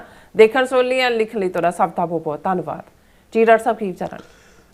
ਦੇਖੋ, ਇਸ 'ਚ ਕੋਈ ਸ਼ੱਕ ਨਹੀਂ ਹੈ ਕਿ ਪ੍ਰੈਜ਼ੀਡੈਂਟ ਟਰੰਪ ਦਾ ਜਿਹੜਾ ਕੈਂਪੇਨ ਸੀ ਮੇਕ ਅਮਰੀਕਾ ਗ੍ਰੇਟ ਅਗੇਨ, ਔਰ ਉਸ ਦੇ ਵਿੱਚ ਜਿਹੜਾ ਸਭ ਤੋਂ ਨੰਬਰ 1 ਦੇ ਉੱਤੇ ਮੁੱਦਾ ਉਹਨਾਂ ਨੇ ਰੇਕ ਕੀਤਾ, ਉਭਾਰਿਆ ਔਰ ਪਿਛਲੇ 9-10 ਮਹੀਨੇ ਜਿਸ ਦੇ ਉੱਤੇ ਬੜੀ ਬੇਕਿਰਕੀ ਨਾਲ ਅਮਲ ਵੀ ਕੀਤਾ, ਉਹ ਸੀ ਕਿ ਜੀ ਇੱਥੇ ਜਿਹੜੇ ਇਲੀਗਲ ਲੋਕ ਨੇ, ਜਿਹੜੀ ਬੇਤਹਾਸ਼ਾ ਇਮੀਗ੍ਰੇਸ਼ਨ ਬਾਰਡਰ ਖੁੱਲ੍ਹੇ ਨੇ, ਬਾਈਡਨ ਨੇ ਬਿਲਕੁਲ ਜਿਹੜਾ ਉਹਨਾਂ ਨੂੰ ਵਾਪਸ ਧੱਕਣਾ, ਉਹਨਾਂ 'ਚ ਖਾਸ ਤੌਰ 'ਤੇ ਜਿਹੜਾ ਕ੍ਰਿਮੀਨਲ ਐਲੀਮੈਂਟ ਹੈ ਉਸ ਨੂੰ, ਹਾਲਾਂ ਜਿਸ ਢੰਗ ਦੇ ਨਾਲ ਆਈਸ ਔਰ ਦੂਸਰਿਆਂ ਵੱਲੋਂ ਐਕਟ ਕੀਤਾ ਜਾ ਰਿਹਾ ਉਹਦੇ 'ਚ ਕ੍ਰਿਮੀਨਲ ਤੇ ਨਾਨ ਕ੍ਰਿਮੀਨਲ ਦੇ ਵਿੱਚ ਕੋਈ ਬਹੁਤੀ ਫਰਕ ਵਾਲੀ ਗੱਲ ਨਹੀਂ ਹੈ।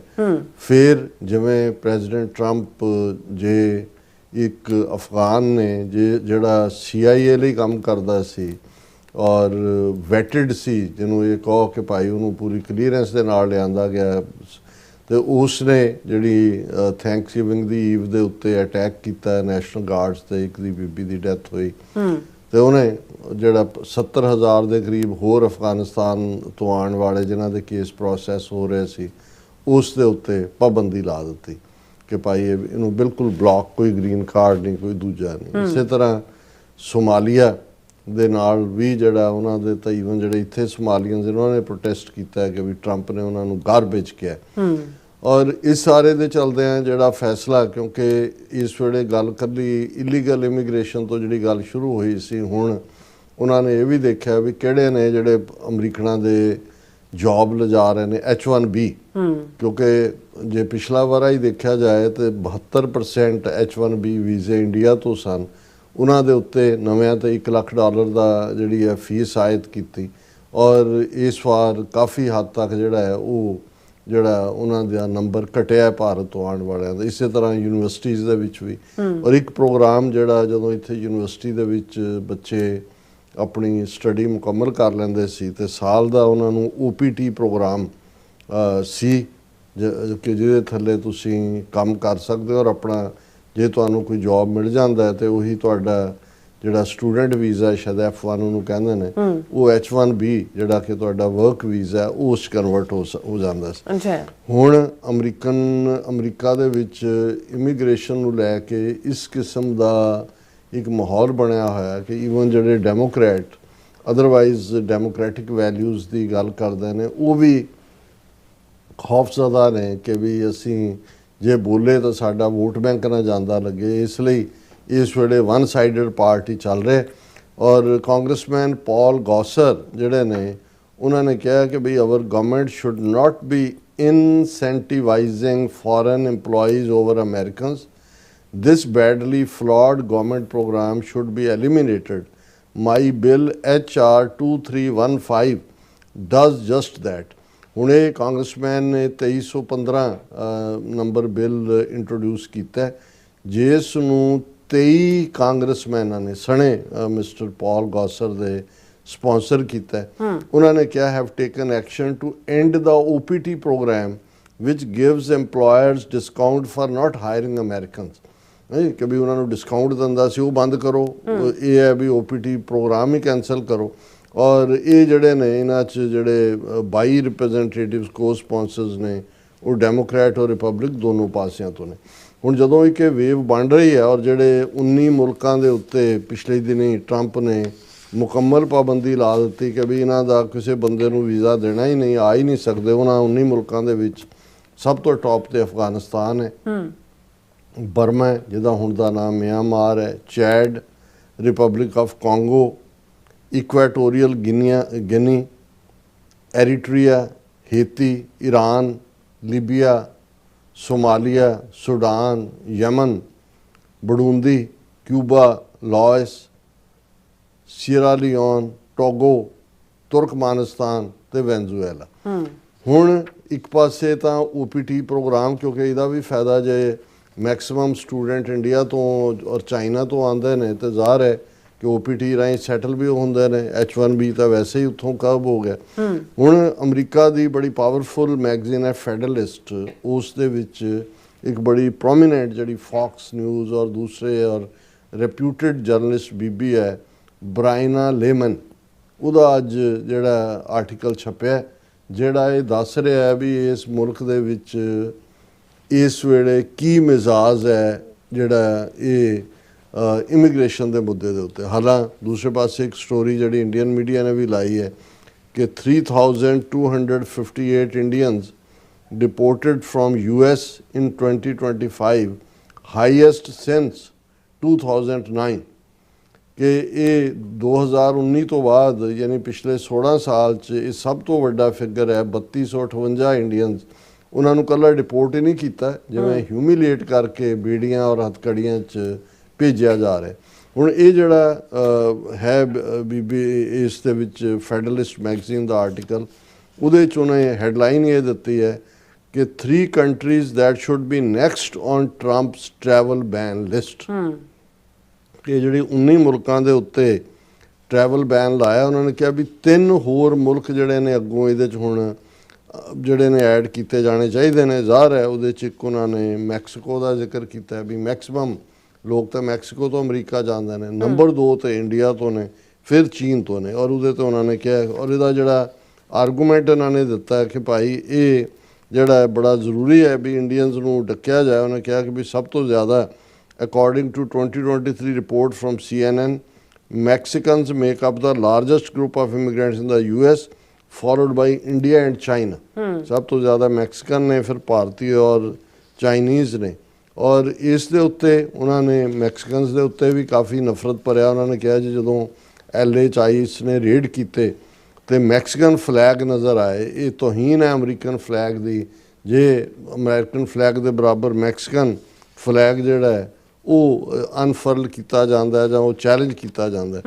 ਔਰ ਇਸੇ ਤਰ੍ਹਾਂ ਚੀਨ ਦੇ ਹਵਾਲੇ ਨਾਲ ਵੀ ਉਹਨਾਂ ਨੇ ਕਿਹਾ ਕਿ ਵੀ ਜਿਹੜਾ ਚੀਨ ਹੈ ਉਹ ਬੈਲੂਨ ਡ੍ਰਿਫਟਿੰਗ ਵੀ ਉਹਨੇ ਕੀਤੀ ਹੈ across. Chinese nationals are buying up land near sensitive military sites. ਜ਼ਮੀਨ our Chinese national has been charge for conspiring to smuggle biological materials into US। So ਇੱਕ ਪੂਰਾ ਕੇਸ ਬਿਲਟ ਕਰ ਰਹੇ ਨੇ ਵੀ ਮੈਕਸੀਕਨਸ ਦੇ ਖਿਲਾਫ ਕਿਉਂ ਕਾਰਵਾਈ ਹੋਣੀ ਚਾਹੀਦੀ ਹੈ, ਚਾਈਨੀਜ਼ ਦੇ ਖਿਲਾਫ ਕਿਉਂ ਹੋਣੀ ਚਾਹੀਦੀ ਹੈ।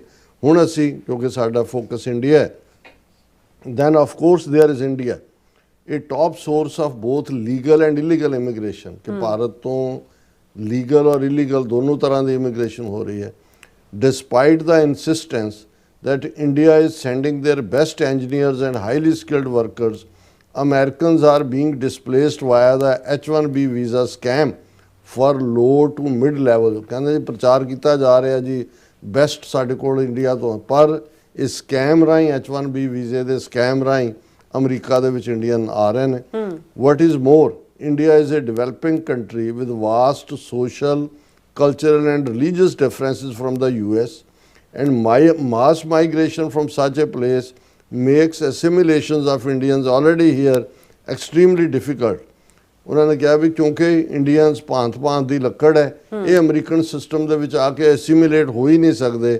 ਇਹ ਜਿਹੜੇ ਨੇ ਜਿਵੇਂ UK, France, Italy, ਆਸਟ੍ਰੇਲੀਆ ਵਾਲੇ ਆਉਂਦੇ ਨੇ, they can assimilate to promote American values and principles and serve as a net benefit for the country, then there is no reason to import millions of them। ਕਿ Indian ਨੂੰ ਤੁਸੀਂ ਕਿਉਂ ਸੱਦ ਰਹੇ ਹੋ, ਇਹ ਨਾ ਐਸੀਮੀਲੇਟ ਹੁੰਦੇ ਨੇ ਇਹਦੇ 'ਚ ਔਰ ਸਕੈਮ ਕਰਕੇ ਆਉਂਦੇ ਨੇ।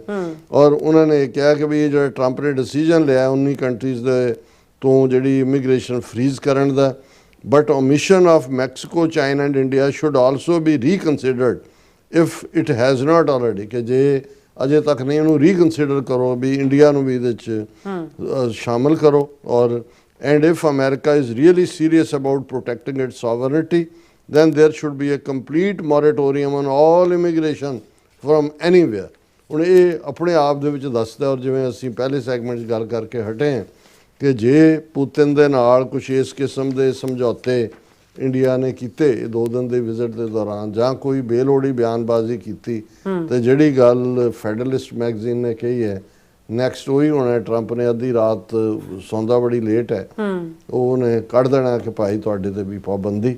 ਹਾਲਾਂਕਿ ਇਹ ਇਸ ਵੇਲੇ ਇੱਕ ਨਫ਼ਰਤ ਵੀ ਹੁੰਦੀ ਹੈ ਜਦੋਂ ਤੁਸੀਂ ਇਮੀਗ੍ਰੈਂਟ ਕਹੀ ਜਾਂਦੇ ਹੋ ਸਭ ਨੂੰ, ਲੇਕਿਨ ਜਦੋਂ ਤੁਸੀਂ ਜਿਹਦਾ ਖਾਂਦੇ ਹੋ ਉਹਦੀ ਸ਼ੁਕਰਗੁਜ਼ਾਰੀ ਵੀ ਨਹੀਂ ਹੈ। ਔਰ ਅਮਰੀਕਾ ਨੂੰ ਇਹ ਗੱਲ ਚੁੱਭ ਰਹੀ ਹੈ ਜਿਹੜੇ ਹਾਇਰ ਲੈਵਲ ਤੇ ਨੇ ਕਿ ਵੀ ਇਹ ਰੂਸ ਦੇ ਖਾਤੇ 'ਚ ਔਰ ਦੂਸਰੇ ਜਾ ਕੇ ਔਰ ਧੋਖਾਦਹੀ ਔਰ ਕੋਈ ਵੀ ਜਿਹੜਾ ਪਾਰਟ ਹੈ, ਇੰਨੇ ਸਕੈਮ ਇਸ ਵੇਲੇ ਇੰਨੇ ਲੈਵਲ ਦੇ ਉੱਤੇ ਇੱਥੇ ਇਨਵੈਸਟੀਗੇਟ ਹੋ ਰਹੇ ਨੇ।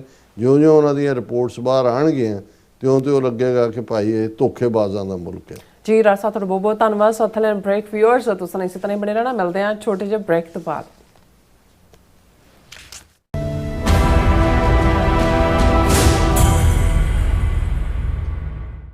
ਇਸ ਦੀਆ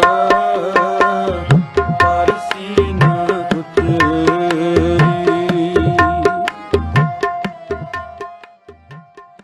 ਇਸ ਵਰੇ ਪੂਰੀ ਦੁਨੀਆ ਦੀ ਸਿੱਖ ਸੰਗਤ ਸ੍ਰੀ ਗੁਰੂ ਤੇਗ ਬਹਾਦਰ ਸਾਹਿਬ ਜੀ ਦੀ ਅਜ਼ੀਮ ਅਤੇ ਬੇਮਿਸਾਲ ਸ਼ਹਾਦਤ ਦੀ 350ਵੀਂ ਸ਼ਹੀਦੀ ਸ਼ਤਾਬਦੀ ਬੜੀ ਹੀ ਸ਼ਰਧਾ ਭਾਵਨਾ ਦੇ ਨਾਲ ਮਨਾ ਰਹੀ ਹੈ।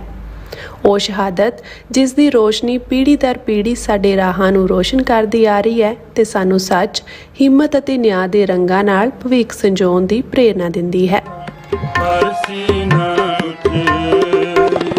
ਆਓ ਇਸ ਮਹਾਨ ਵਿਰਾਸਤ ਨੂੰ ਸਮਰਪਿਤ ਇੱਕ ਵਿਸ਼ਾਲ ਇਕੱਠ ਵਿੱਚ ਸ਼ਾਮਿਲ ਹੋਈਏ ਯੂਨੀਵਰਸਿਟੀ ਆਫ ਵਿੰਡਸਰ ਵਿਖੇ, ਜਿੱਥੇ ਅਸੀਂ ਗੁਰੂ ਤੇਗ ਬਹਾਦਰ ਸਾਹਿਬ ਜੀ, ਭਾਈ ਮਤੀ ਦਾਸ ਜੀ, ਭਾਈ ਸਤੀ ਦਾਸ ਜੀ ਅਤੇ ਭਾਈ ਦਿਆਲਾ ਜੀ ਦੀ ਅਮਰ ਸ਼ਹਾਦਤ ਨੂੰ ਯਾਦ ਕਰਾਂਗੇ ਅਤੇ ਇਕੱਠੇ ਵਿਚਾਰ ਕਰਾਂਗੇ ਕਿ ਗੁਰੂ ਸਾਹਿਬ ਅੱਜ ਦੇ ਯੁੱਗ ਵਿੱਚ ਜਬਰ ਜ਼ੁਲਮ ਅਤੇ ਬੇਇਨਸਾਫੀ ਦੇ ਖਿਲਾਫ ਸਾਡੇ ਸੰਘਰਸ਼ ਨੂੰ ਕਿਵੇਂ ਰਾਹ ਦਿਖਾਉਂਦੇ ਹਨ ਤੇ ਸਰਬੱਤ ਦੇ ਭਲੇ ਲਈ ਸਾਡੀ ਸੋਚ ਨੂੰ ਕਿਵੇਂ ਮਜ਼ਬੂਤ ਬਣਾਉਂਦੇ ਹਨ।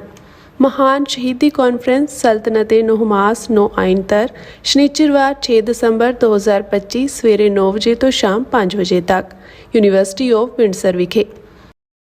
ਮੁੱਖ ਬੁਲਾਰੇ doctor Amarjit Singh Khalistan affair centre, Bhai Balpreet Singh world Sikh organisation Toronto, Giani Jeevan Singh Baba Bidhi Chand Samparda Damdami Taksal Punjab, Bhai Harminder Singh ਪੰਥਕ activist USA, professor doctor Kawaljit Singh Khadur Sahib, Bibi Parminder Kaur ਪੰਥਕ activist Canada, Giani Gurbinder Singh, Bhai Simranjot Singh world Sikh parliament, Bhai Santbir Singh Canada.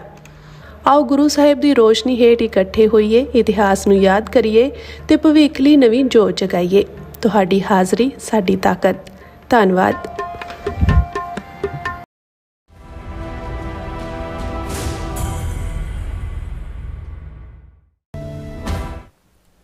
Viewers welcome back from programme. So viewers गलबात करन जा रहे हैं कि भारतीय मीडिया विच पाकिस्तान के खिलाफ धुआंधार प्रोपोगंडा जड़ा जारी है और रोजाना 6-7 स्टोरीज ऐसियां प्लांट कीतियां जांदियां हन जिन्हां विच पाकिस्तान नूं एक फेल स्टेट वजों दर्शाया जाता है। पाकिस्तान की अंदरूनी सियासी फुट भी भारत नूं मिसाला दिंदी है कि वह पाकिस्तान नूं घटिया साबित करे। सो इस बारे आपां गलबात करन जा रहे हैं। सो असीं चाहांगे कि तुसीं इस तरह बने रहना, देखण सुन लिया, लिखण लई तुहाडा सब दा बहुत बहुत धन्नवाद जी। डॉक्टर साहब की विचार ने? ਸਾਡੇ ਵੀਰ ਭਾਈ ਗੋਬਿੰਦਰ ਸਿੰਘ ਇੱਕ ਦਿਨ ਕਹਿਣ ਲੱਗੇ, ਡਾਕਟਰ ਸਾਹਿਬ ਤੁਸੀਂ ਪਾਕਿਸਤਾਨ ਬਾਰੇ ਇੰਨੇ ਫਿਕਰਮੰਦ ਹੁੰਦੇ ਹੋ, ਪਾਕਿਸਤਾਨ ਨਾਲ ਸੰਬੰਧਿਤ ਤੁਹਾਡਾ ਕੋਈ ਨਾ ਕੋਈ ਸਬਜੈਕਟ ਹਰ ਸ਼ੋਅ ਦਾ ਹੁੰਦਾ ਹੈ, ਵੀ ਇੰਨਾ ਤਾਂ ਸ਼ਾਇਦ ਬਹੁਤੇ ਪਾਕਿਸਤਾਨੀਆਂ ਨੂੰ ਫਿਕਰ ਨਾ ਹੋਏ ਆਪਣੇ ਮੁਲਕ ਦਾ ਜਿਵੇਂ ਤੁਸੀਂ ਕਰਦੇ ਹੋ। ਤੇ ਮੈਂ ਉਹਨਾਂ ਨੂੰ ਕਿਹਾ, ਮੈਂ ਕਿਹਾ ਦੇਖੋ 2-3 ਇਸ ਦੇ ਰੀਜ਼ਨ ਨੇ। ਪਹਿਲੀ ਗੱਲ ਤੇ जिस थॉट के उत्ते पाकिस्तान बनया होंद च आया कायदे आज़म मुहम्मद अली जिन्हों ने लिया खालिस्तान का कानसैप्ट असी उस ही थॉट के उत्ते कि भाई असी इन्हां दे नाल नहीं रहना बहुत गिणती दे नाल, क्योंकि ये साडे जिहड़े वो धर्म नूं जज़ब कर रहे हैं। तो इसलिए ये साडे लई बड़ी अहम गल है कि पाकिस्तान एक सक्सैसफुल मुल्क के तौर के उत्ते अपनी होंद बनाए। दूसरा साड़ियाँ तहजीबी साझा पाकिस्तान दे नाल और ख़ास तौर ते साडा मक्का मदीना और वो सारा पार्ट जुड़िया होया साड़ी जिहड़ी है सदियां दी सांझ दी कहानी भी है। और थर्डली क्योंकि जे 47 तो बाद असी जोर देखिए हर हुकूमत का, जिवें उन्होंने सिखां दे गुरुद्वारा यात्रा ते पाबंदियां लाइयां, हुण इहदे बावजूद कि क्रिकेट का मैच खेडिया जा सकता है, होर सारा करतारपुर साहब का लांघा बंद किया होया अजे भी नहीं खोलिया है। तो जदों असी और ये एक उन्होंने सिख माइंड नूं जिहड़ा इस गल दे लई जिहड़ा वो तैयार किया कि जिवें हुण भी जिवें असी गुरु तेग बहादुर साहब दे 350 साला शहीदी याद नूं देखिया कि उही हिंदूत्वी नैरेटिव कि जिवें सिखां नूं जिहड़ा वो बनाया ही हिंदुआं दी रखिया लई होए, तो हिंदुआं दी रखिया किहदे तों करनी है? मुसलमाना तो।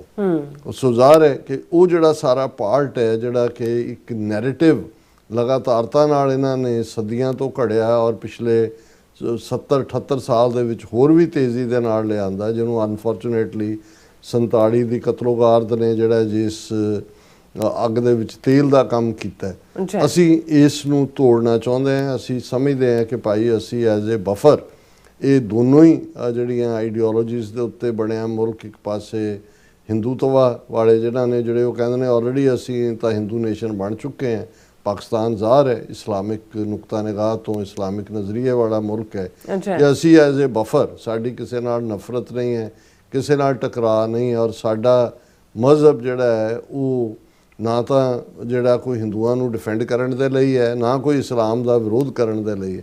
ਇਸ ਲਈ ਜਦੋਂ ਕੋਈ ਵੀ ਸਿੱਖ ਸਾਂਝ ਦੀ ਗੱਲ ਕਰਦਾ ਹੈ ਜਾਂ ਜਦੋਂ ਸਿੱਖ ਯਾਤਰੀ ਜਥੇ ਜਾਂਦੇ ਨੇ, ਉਹ ਪਾਕਿਸਤਾਨੀ ਔਰ ਪੰਜਾਬੀਆਂ ਦੀ ਜਿਹੜੀ ਹੈ ਦਰਿਆ ਦਿਲੀ, ਮਹਿਮਾਨ ਨਵਾਜ਼ੀ, ਉਹਦੀ ਤਾਰੀਫ ਕਰਦੇ ਨੇ, ਤਾਂ ਬਹੁਤ ਤਕਲੀਫ ਹੁੰਦੀ ਹੈ।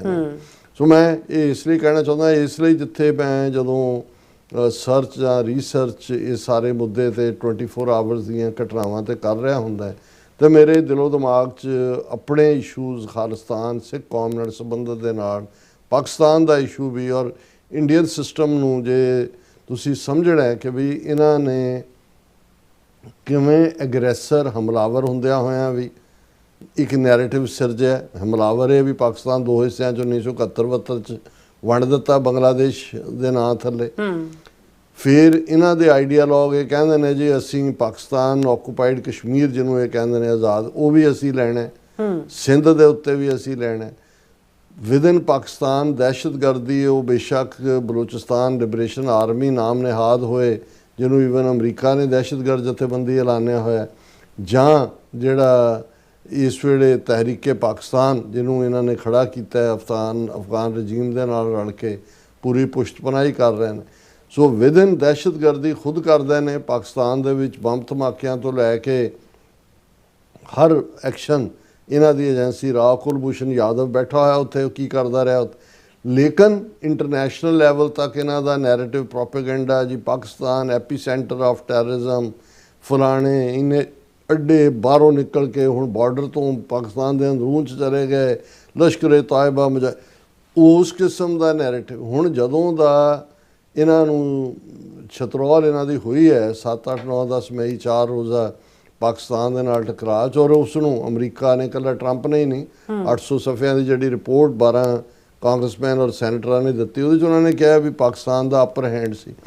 ਹੁਣ ਤੁਸੀਂ ਉਸ ਤੋਂ ਬਾਅਦ ਦੇਖੋ, ਪਹਿਲਾਂ ਤਾਂ ਇਹਨਾਂ ਨੇ ਆਪਣਾ ਉਹ 60 ਮੈਂਬਰਾਂ ਦਾ ਵੱਡਾ ਲੰਬਾ ਚੌੜਾ ਇੱਕ ਡੈਲੀਗੇਸ਼ਨ ਭੇਜਿਆ, ਜਿਹੜਾ 35-36 ਮੁਲਕਾਂ ਦੇ ਵਿੱਚ ਉਹਨਾਂ ਦਾ ਨੈਰੇਟਿਵ ਨਹੀਂ ਵਿਕਿਆ। ਹੁਣ ਇੱਕ ਪਾਰਟ ਜਿਹੜਾ ਮੈਂ ਕੰਸਿਸਟੈਂਟਲੀ ਪਿਛਲੇ ਇਹਨਾਂ ਉਸ ਜੂਨ ਤੋਂ ਬਾਅਦ ਹੀ ਦੇਖ ਰਿਹਾ ਕਿ ਜਦੋਂ ਉਹਨਾਂ ਦਾ ਨੈਰੇਟਿਵ ਸੋ ਕਾਲਡ ਆਪਰੇਸ਼ਨ ਸੰਦੂਰ ਦਾ ਨਹੀਂ ਵਿਕਿਆ, ਤੇ ਰੋਜ਼ਾਨਾ 5-6 ਸਟੋਰੀਜ਼ ਐਸੀਆਂ ਹੁੰਦੀਆਂ ਨੇ ਜਿਨ੍ਹਾਂ ਦੇ ਵਿੱਚ ਪਾਕਿਸਤਾਨ ਨੂੰ ਪੁੱਟ ਡਾਊਨ ਕਰਨ ਦੀ ਲਾਈਨ, ਉਹ ਕਿਤੇ ਹਿੰਦੂ ਦੀ ਪਬਲੀਕੇਸ਼ਨ ਹੁੰਦੀ ਹੈ, ਕਿਤੇ PTI ਦੀ ਹੁੰਦੀ ਹੈ, ਕਿਤੇ ANI ਦੀ ਹੁੰਦੀ ਹੈ, ਕਈ ਵਾਰ ਉਹ ਜਿਹਨਾਂ ਨਾਲ ਕੋਲੈਬੋਰੇਟ ਕਰਦੇ ਨੇ ਰਾਈਟਰ ਜਾਂ ਉਹਨਾਂ 'ਚ ਵੀ ਉਹ ਪਲਾਂਟ ਕਰ ਦਿੰਦੇ ਨੇ। ਹੁਣ ਪਿਛਲੇ 24 ਘੰਟੇ ਦੇ ਵਿੱਚ ਜੇ ਦੇਖਣਾ ਹੋਏ ਤੇ ਘੱਟੋ ਘੱਟ 7 ਸਟੋਰੀਜ਼ ਮੇਰੇ ਸਾਹਮਣੇ ਪਈਆਂ ਨੇ। ਮੈਂ ਉਹਨਾਂ ਨੂੰ ਡਿਟੇਲ 'ਚ ਤਾਂ ਨਹੀਂ ਡਿਸਕਸ ਕਰ ਸਕਦਾ ਕਿ ਉਹਨਾਂ ਨੂੰ ਕਿਵੇਂ ਫਲਿਮਜ਼ੀ ਗਰਾਊਂਡ ਦੇ ਉੱਤੇ।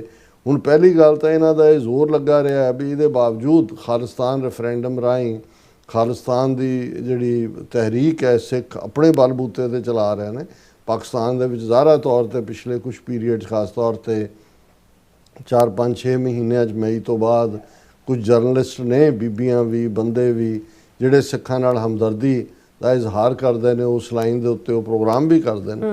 Other than that official level ਦੇ ਉੱਤੇ ਜਿਹੜਾ ਹੈ ਕੋਈ ਵੀ ਇਸ ਕਿਸਮ ਦਾ ਪਾਰਟ ਨਹੀਂ ਹੈ ਕਿ ਭਾਈ ਸਿੱਖਾਂ ਨਾਲ ਹੁੰਦੇ ਧੱਕੇ ਨੂੰ ਪਾਕਿਸਤਾਨ ਦੇ ਨੁਮਾਇੰਦਿਆਂ ਨੇ ਕਿਤੇ UN 'ਚ ਮੈਂਸ਼ਨ ਕੀਤਾ ਹੋਏ ਜਾਂ ਕਿਤੇ ਉਹਨਾਂ ਨੇ UN ਸਿਕਿਉਰਿਟੀ ਕੌਂਸਲ 'ਚ ਵੀ ਪਾਕਿਸਤਾਨ ਬੈਠਾ ਹੈ ਜੋ ਟਰਾਂਸਨੈਸ਼ਨਲ ਰਿਪਰੈਸ਼ਨ ਔਰ ਦੂਜੇ ਚੱਲ ਰਿਹਾ ਉਹਦੇ 'ਤੇ ਕੀਤਾ ਹੋਏ। ਲੇਕਿਨ ਇਹਦੇ ਬਾਵਜੂਦ ਇਹਨਾਂ ਦਾ ਇਸ ਦੇ ਉੱਤੇ ਹੀ ਜ਼ੋਰ ਹੁੰਦਾ ਹੈ ਕਿ ਜੀ ਉਹ ਹਰ ਚੀਜ਼ ਨੂੰ ISI ਨਾਲ ਜੋੜੋ। ਹੁਣ ਇੱਕ ਜਿਹੜੀ ਲੀਡ ਸਟੋਰੀ ਇਹਨਾਂ ਨੇ ਪੰਜਾਬ ਦੇ ਮੀਡੀਆ 'ਚ ਅੱਜ ਪਲਾਂਟ ਕੀਤੀ ਹੋਈ ਹੈ, Pak gangster fuelling terror in Punjab, intelligence ISI backed Patti rival of Lawrence Bishnoi. ਹੁਣ ਇੱਕ ਪਾਸੇ ਖੁਦ ਬਿਸ਼ਨੋਈ ਗੈਂਗ ਖੜੀ ਕਰਕੇ ਇਹਨਾਂ ਨੇ ਟਰਾਂਸਨੈਸ਼ਨਲ ਰਿਪਰੈਸ਼ਨ ਵੀ ਔਰ ਉੱਥੇ ਵੀ ਕਿਲਿੰਗ ਸਣੇ ਸਿੱਧੂ ਮੂਸੇਵਾਲਾ ਔਰ ਦੂਜੀ ਕਰਾਈ, ਔਰ ਉਹਨੂੰ ਕਹਿੰਦੇ ਨੇ ਹੁਣ ਇਹ Pakistani gangster Shahzad Bhatti, a long-time rival of Category A gangster Lawrence Bishnoi, has allegedly emerged as a key handler behind the weapons and explosive consignments being pushed into Punjab to fuel terrorist activities। ਇਹ ਪੂਰੀ ਲੰਬੀ ਚੌੜੀ story ਹੈ ਕਿ ਇਹ Shahzad Bhatti ISI ਦਾ ਬੰਦਾ ਹੈ, inter service intelligence ਦਾ, ਔਰ ਇਹ ਪੰਜਾਬ ਦੇ ਔਰ ਇਹ ਲਾਰੈਂਸ ਬਿਸ਼ਨੋਈ ਦਾ ਵਿਰੋਧੀ ਹੈ।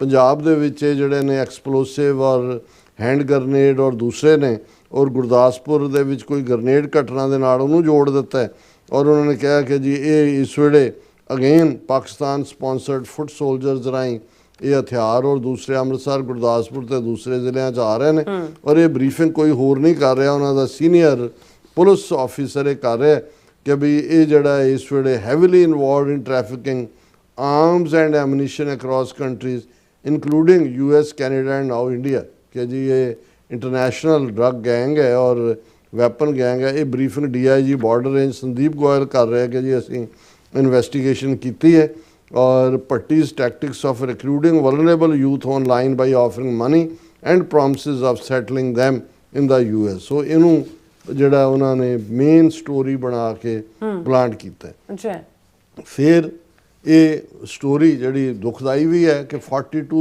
US lawmakers urge Secretary Rubio to impose visa bans, set freezes on Pakistani officials over escalating transnational repression। ਕਿ ਪਾਕਿਸਤਾਨ ਆਪਣੇ ਪਾਕਿਸਤਾਨ ਦੇ ਸ਼ਹਿਰੀਆਂ ਦੇ ਉੱਤੇ ਟ੍ਰਾਂਸਨੈਸ਼ਨਲ ਰਿਪਰੈਸ਼ਨ ਕਰ ਰਿਹਾ ਔਰ 42 ਕਾਂਗਰਸਮੈਨਾਂ ਵੂਮੈਨਾਂ ਨੇ ਜਿਹੜਾ ਸੈਕਟਰੀ ਰੂਬੀਓ ਨੂੰ ਲਿਖਿਆ ਕਿ ਜੀ ਪਾਕਿਸਤਾਨ ਦੇ ਜਿਹੜੇ ਆਫੀਸਰਸ ਔਰ ਜਿਹੜੇ ਇਹਦੇ 'ਚ ਇਨਵੋਲਵ ਨੇ ਉਹਨਾਂ ਦੇ ਉੱਤੇ ਵੀਜ਼ਾ ਬੈਨ ਲਾਓ, ਉਹਨਾਂ ਦੇ ਜਿਹੜੇ ਅਸੈਟ ਨੇ ਅਮਰੀਕਾ 'ਚ ਉਸ ਨੂੰ ਫਰੀਜ਼ ਕਰੋ। ਇਹ ਇੱਕ ਵੱਖਰਾ ਵਿਸ਼ਾ ਹੈ ਕਿ ਅੱਜ ਪਾਕਿਸਤਾਨੀ ਹੀ ਆਪਣੇ ਆਪ ਦੇ ਵਿੱਚ ਇਸ ਪ੍ਰਚਾਰ ਦੇ ਲਈ ਇਹਨਾਂ ਮੁਲਕਾਂ ਦੇ ਵਿੱਚ ਜਿਹੜੀ ਆ ਲੌਬੀ ਵੀ ਕਰ ਰਹੇ ਨੇ ਔਰ ਇਹ ਇੱਕ ਅੰਦਰੂਨੀ ਕਹਾਣੀ ਹੈ ਜਿਸ ਦੇ ਉੱਤੇ ਅਸੀਂ ਜ਼ਿਆਦਾ ਕਮੈਂਟ ਨਹੀਂ ਕਰਨਾ ਚਾਹੁੰਦੇ। ਤੀਸਰਾ, ਹੁਣ ਅਸੀਂ ਦੇਖਿਆ ਵੀ ਇਹਨਾਂ ਨੇ 19 ਹਿੰਦੂ ਪੈਸੇਂਜਰ ਜਿਹੜੇ ਪਾਕਿਸਤਾਨੀ ਸ਼ਹਿਰੀ ਸੀ ਕਿਸੇ ਵੇਲੇ ਉਹਨਾਂ ਨੂੰ ਇੰਡੀਆ ਨੇ ਆਪਣੀ ਸ਼ਹਿਰੀਅਤ ਦਿੱਤੀ ਔਰ ਉਹਨਾਂ ਨੂੰ ਨਨਕਾਣਾ ਸਾਹਿਬ ਜਥੇ ਦੇ ਨਾਲ ਭੇਜਣ ਦੀ ਕੋਸ਼ਿਸ਼ ਕੀਤੀ। ਪਾਕਿਸਤਾਨ ਨੇ ਦੇਖਿਆ ਵੀ ਇਹ ਤਾਂ ਸਾਡੇ ਸ਼ਹਿਰੀ ਰਹੇ ਨੇ ਔਰ ਉਹਨਾਂ ਨੇ ਕਿਹਾ ਵੀ ਇਹ ਤਾਂ ਇੱਥੇ ਆ ਕੇ ਰਿਕਰੂਟ ਕਰਨਗੇ, ਉਹਨਾਂ ਨੇ ਉਹਨਾਂ ਨੂੰ ਅਲਾਉ ਨਹੀਂ ਕੀਤਾ Pakistan.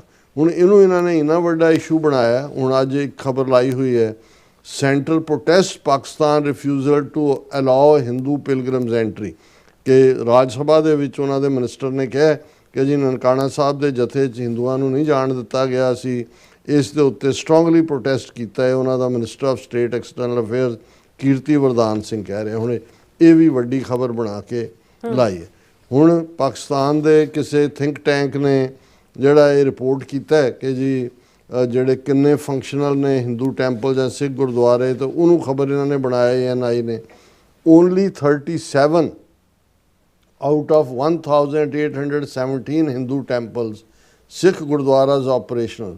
Report reveals state apathy in Pakistan ਕਿ ਜੀ ਪਾਕਿਸਤਾਨ ਦੇ ਵਿੱਚ ਮਾਈਨੋਰਟੀਜ਼ ਦੇ ਨਾਲ ਇੰਨਾ ਮਾੜਾ ਸਲੂਕ ਹੋ ਰਿਹਾ ਕਿ 1817 ਹਿੰਦੂ ਮੰਦਰ ਔਰ ਸਿੱਖ ਗੁਰਦੁਆਰੇ ਨੇ, सिर्फ 37 खुले ने, बाकी ज़मीनों के कब्जे हो रहे हैं, ये वो ये उन्होंने एक वड्डी खबर बनाया। फिर Pakistan to hold bidding to sell loss making state on PIA airline.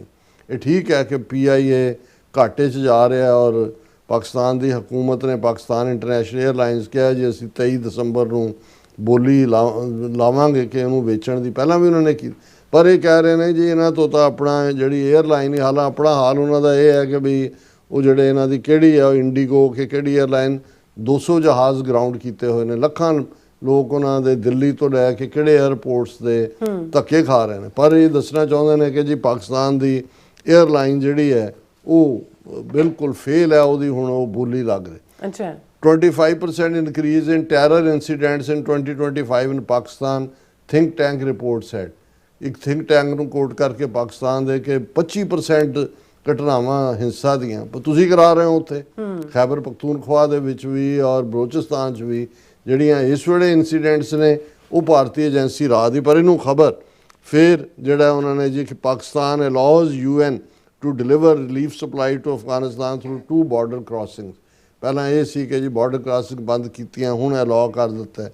ਫਿਰ ਜਿਹੜਾ ਪਾਕਿਸਤਾਨ ਨੇ 27ਵੀਂ ਕਨਸਟੀਟਿਊਸ਼ਨਲ ਅਮੈਂਡਮੈਂਟ ਕੀਤੀ ਹੈ पाकिस्तान उस कि UN high commission for human rights ने हिस्टली अडॉप्टेड तो दूसरा तीसरा क्या।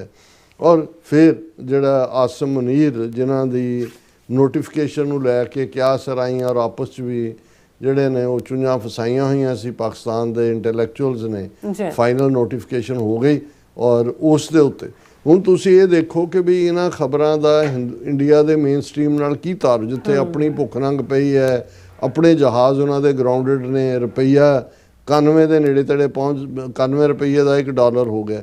ਪਰ ਇਹ ਕੰਸਿਸਟੈਂਟ ਕੈਂਪੇਨ ਹੈ ਔਰ ਅਸੀਂ ਜਦੋਂ ਇਸ ਸਾਰੇ ਨੂੰ ਆਬਜ਼ਰਵ ਕਰਦੇ ਹਾਂ ਅਸੀਂ ਸਮਝਦੇ ਹਾਂ ਵੀ ਕਾਸ਼ ਪਾਕਿਸਤਾਨ ਸਾਨੂੰ ਪਾਕਿਸਤਾਨ ਫੈਕਟਰ ਦੀ ਜਾਂ ਉਸ ਫੈਕਟਰ ਦੀ ਅਹਿਮੀਅਤ ਦਾ ਅਹਿਸਾਸ ਹੈ ਖਾਲਿਸਤਾਨ ਬਣਾਉਣ ਦੇ ਲਈ ਵੀ, ਨੈਕਸਟ ਡੋਰ ਨੇਬਰ ਦੇ ਤੌਰ ਤੇ ਵੀ। ਪਰ ਮੈਨੂੰ ਨਹੀਂ ਲੱਗਦਾ ਵੀ ਅਦਰ ਦੈਨ ਕਿ ਜਿਹੜੇ ਕੁਝ ਜਰਨਲਿਸਟ ਜਿਨ੍ਹਾਂ ਦੀ ਹੁਣ ਦਿਲਚਸਪੀ ਹੈ ਪਾਕਿਸਤਾਨ ਦੀ ਹਕੂਮਤ ਜਾਂ ਉਹਨਾਂ ਦੇ ਵੱਡੇ ਅਦਾਰੇ ਜਿਹੜੇ ਨੇ ਉਹਨਾਂ ਨੂੰ ਇਸ ਗੱਲ ਦਾ ਅਹਿਸਾਸ ਹੈ ਕਿ ਵੀ ਸਿੱਖ ਫੈਕਟਰ ਕਿੰਨਾ ਇੰਪੋਰਟੈਂਟ ਫੈਕਟਰ ਹੈ ਪਾਕਿਸਤਾਨ ਦੀ ਸੇਫਟੀ ਲਈ। ਈਵਨ ਅੱਜ ਦੇ ਕੰਟੈਕਸਟ ਦੇ ਵਿੱਚ ਵੀ ਅਸੀਂ ਜਿਹੜਾ ਇਹ ਕਿਸੇ ਦੇ ਅਹਿਸਾਨ ਨਹੀਂ ਕਰ ਰਹੇ, ਅਸੀਂ ਇਹ ਸਮਝਦੇ ਹਾਂ ਵੀ ਸਾਡਾ ਫਰਜ਼ ਵੀ ਹੈ ਸੱਚ ਕੀ ਬਾਣੀ ਨਾਨਕ ਆਖੇ ਸੱਚ ਸੁਣਾਏ ਸੀ ਸੱਚ ਕੀ ਬੇਲਾ।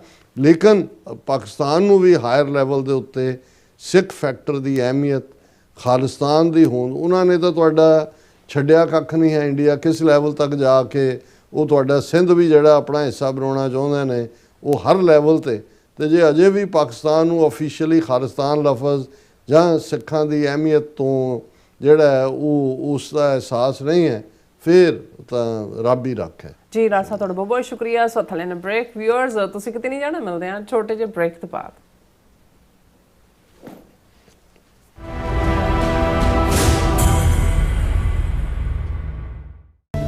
ਅਮਰੀਕਾ ਵਿੱਚ ਰਹਿ ਰਹੇ ਹੋ ਅਤੇ ਡਰਾਈਵਿੰਗ ਲਾਇਸੈਂਸ ਲੈਣਾ ਚਾਹੁੰਦੇ ਹੋ ਤੇ ਲੱਭ ਰਹੇ ਹੋ ਇੱਕ ਤਜਰਬੇਕਾਰ ਡਰਾਈਵਿੰਗ ਸਕੂਲ, ਤਾਂ ਤੁਹਾਡੇ ਲਈ ਹੈ ਵੱਡੀ ਖੁਸ਼ਖਬਰੀ। ਕੈਲੀਫੋਰਨੀਆ ਦਾ ਸਟਾਕਟਨ ਟਰੱਕ ਡਰਾਈਵਿੰਗ ਸਕੂਲ ਤੁਹਾਨੂੰ ਦੇਵੇਗਾ ਡਰਾਈਵਿੰਗ ਸਿਖਲਾਈ ਅਤੇ ਡਰਾਈਵਿੰਗ ਦੌਰਾਨ ਪੇਸ਼ ਆਉਂਦੀਆਂ ਮੁਸ਼ਕਲਾਂ ਨਾਲ ਨਜਿੱਠਣ ਦੀ ਸਿਖਲਾਈ। 25 ਸਾਲ ਤੋਂ ਵੀ ਵੱਧ ਦੇ ਤਜਰਬੇ ਨਾਲ ਤੁਹਾਨੂੰ ਮਿਲੇਗੀ ਡਰਾਈਵਿੰਗ ਨਾਲ ਸੰਬੰਧਿਤ ਹਰ ਤਰ੍ਹਾਂ ਦੀ ਸਿਖਲਾਈ, ਉਹ ਵੀ ਵਾਜਿਬ ਕੀਮਤ ਵਿੱਚ। ਫਿਰ ਦੇਰ ਕਿਸ ਗੱਲ ਦੀ, ਅੱਜ ਹੀ ਸੰਪਰਕ ਕਰੋ 2097883308 ਜਾਂ ਫਿਰ 2093139919 ਨੰਬਰਾਂ ਤੇ ਅਤੇ ਪਾਓ ਆਪਣਾ driving licence. Signature truck service route 81 ਉੱਤੇ ਐਗਜ਼ਿਟ 235 ਤੇ ਟਰੱਕਰ ਵੀਰਾਂ ਲਈ 24 ਘੰਟੇ ਰੋਡ ਸਰਵਿਸ ਦੀ ਸੁਵਿਧਾ ਮੌਜੂਦ। Heavy duty repair, oil change, ਪੁਰਾਣੇ ਅਤੇ ਨਵੇਂ tyre, computer diagnostic, DPF cleaning, brake service ਜਾਂ ਰਸਤੇ ਵਿੱਚ ਆਈ ਹਰ ਤਰ੍ਹਾਂ ਦੀ ਰਿਪੇਅਰ ਪ੍ਰੋਫੈਸ਼ਨਲ ਟੀਮ ਵੱਲੋਂ ਕੀਤੀ ਜਾਂਦੀ ਹੈ।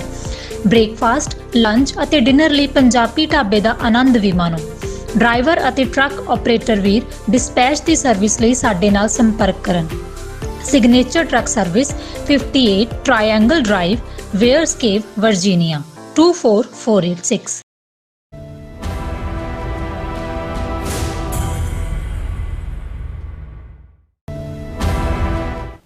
Viewers welcome back on programme. So viewers ਗੱਲਬਾਤ ਕਰਨ ਜਾ ਰਹੇ ਹਾਂ ਕਿ ਸ਼੍ਰੋਮਣੀ ਕਮੇਟੀ ਵੱਲੋਂ ਥਾਪੇ ਅਕਾਲ ਤਖਤ ਸਾਹਿਬ ਦੇ ਕਾਰਜਕਾਰੀ ਜਥੇਦਾਰ ਕੁਲਦੀਪ ਸਿੰਘ ਗੜਗੱਜ ਨੇ ਬਾਹਰਲੇ ਸਿੱਖਾਂ ਨੂੰ ਅਪੀਲ ਕੀਤੀ ਹੈ ਕਿ ਪੰਜਾਬ ਵਿੱਚ ਆਪਣੀਆਂ ਜ਼ਮੀਨਾਂ ਨਾ ਵੇਚੀਏ, ਪੱਕੇ ਤੌਰ ਤੇ ਪੰਜਾਬ ਨਾ ਛੱਡੀਏ। ਇਹ ਸਾਡੇ ਪੁਰਖਿਆਂ ਦੀਆਂ ਜ਼ਮੀਨਾਂ ਨੇ, ਜੇ ਇਹਨਾਂ ਨੂੰ ਵੇਚ ਕੇ ਵਿਦੇਸ਼ਾਂ ਵਿੱਚ ਰਹਾਂਗੇ ਤਾਂ ਪੰਜਾਬ ਦਾ ਵਾਰਸ ਕੌਣ ਬਣੇਗਾ।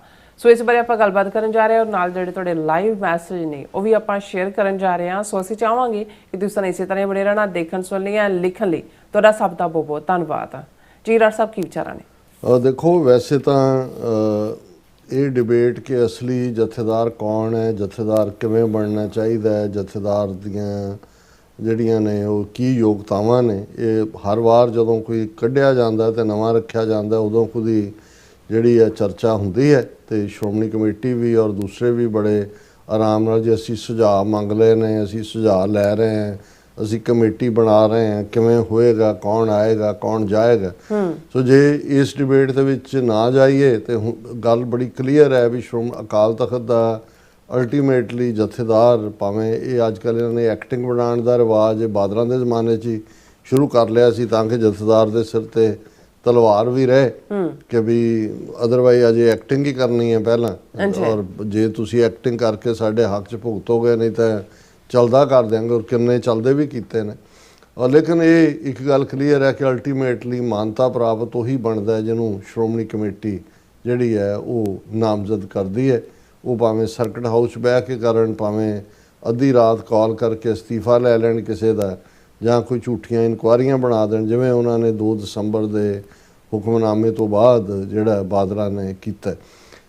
ਇਸ ਵੇਲੇ ਕੁਲਦੀਪ ਸਿੰਘ ਗੜਗੱਜ ਐਕਟਿੰਗ ਜਥੇਦਾਰ ਹੀ ਨੇ, ਅਦਰਵਾਈਜ਼ ਉਹਨਾਂ ਦੀ ਜਿਹੜੀ ਤਾਜ਼ਪੋਸ਼ੀ ਹੈ ਉਹ ਕੇਸਗੜ੍ਹ ਸਾਹਿਬ ਦੇ ਜਥੇਦਾਰ ਦੇ ਤੌਰ ਤੇ ਹੋਈ ਹੈ। ਪਰ ਮੈਂ ਦੇਖਦਾ ਕਿ ਜਦੋਂ ਤੁਹਾਡੇ ਕੋਲ ਕੋਈ ਪ੍ਰੋਪਰ ਨੈਟਵਰਕ ਜਾਂ ਸੈਟਅਪ ਜਾਂ ਲੀਡਰਸ਼ਿਪ ਰੋਲ ਵਾਲੇ ਨਹੀਂ ਹੁੰਦੇ, ਉਦੋਂ ਜਿਨ੍ਹਾਂ ਦੀ ਆਵਾਜ਼ ਮਾੜੀ ਮੋਟੀ ਕਿਤੇ ਪਹੁੰਚ ਰਹੀ ਹੋਏ, ਉਹਨਾਂ ਦੀ ਗੱਲ ਤੋਂ ਤੁਹਾਨੂੰ ਲੱਗਦਾ ਹੈ ਕਿ ਭਾਈ ਚਲੋ ਜੇ ਕੋਈ ਪੋਜ਼ਿਟਿਵ ਗੱਲ ਕਿਸੇ ਨੇ ਕੀਤੀ ਹੈ ਤਾਂ ਉਸ ਦੀ ਚਰਚਾ ਕਰ ਲਓ, ਉਸ ਨੂੰ ਮੈਂਸ਼ਨ ਕਰ ਦਿਓ।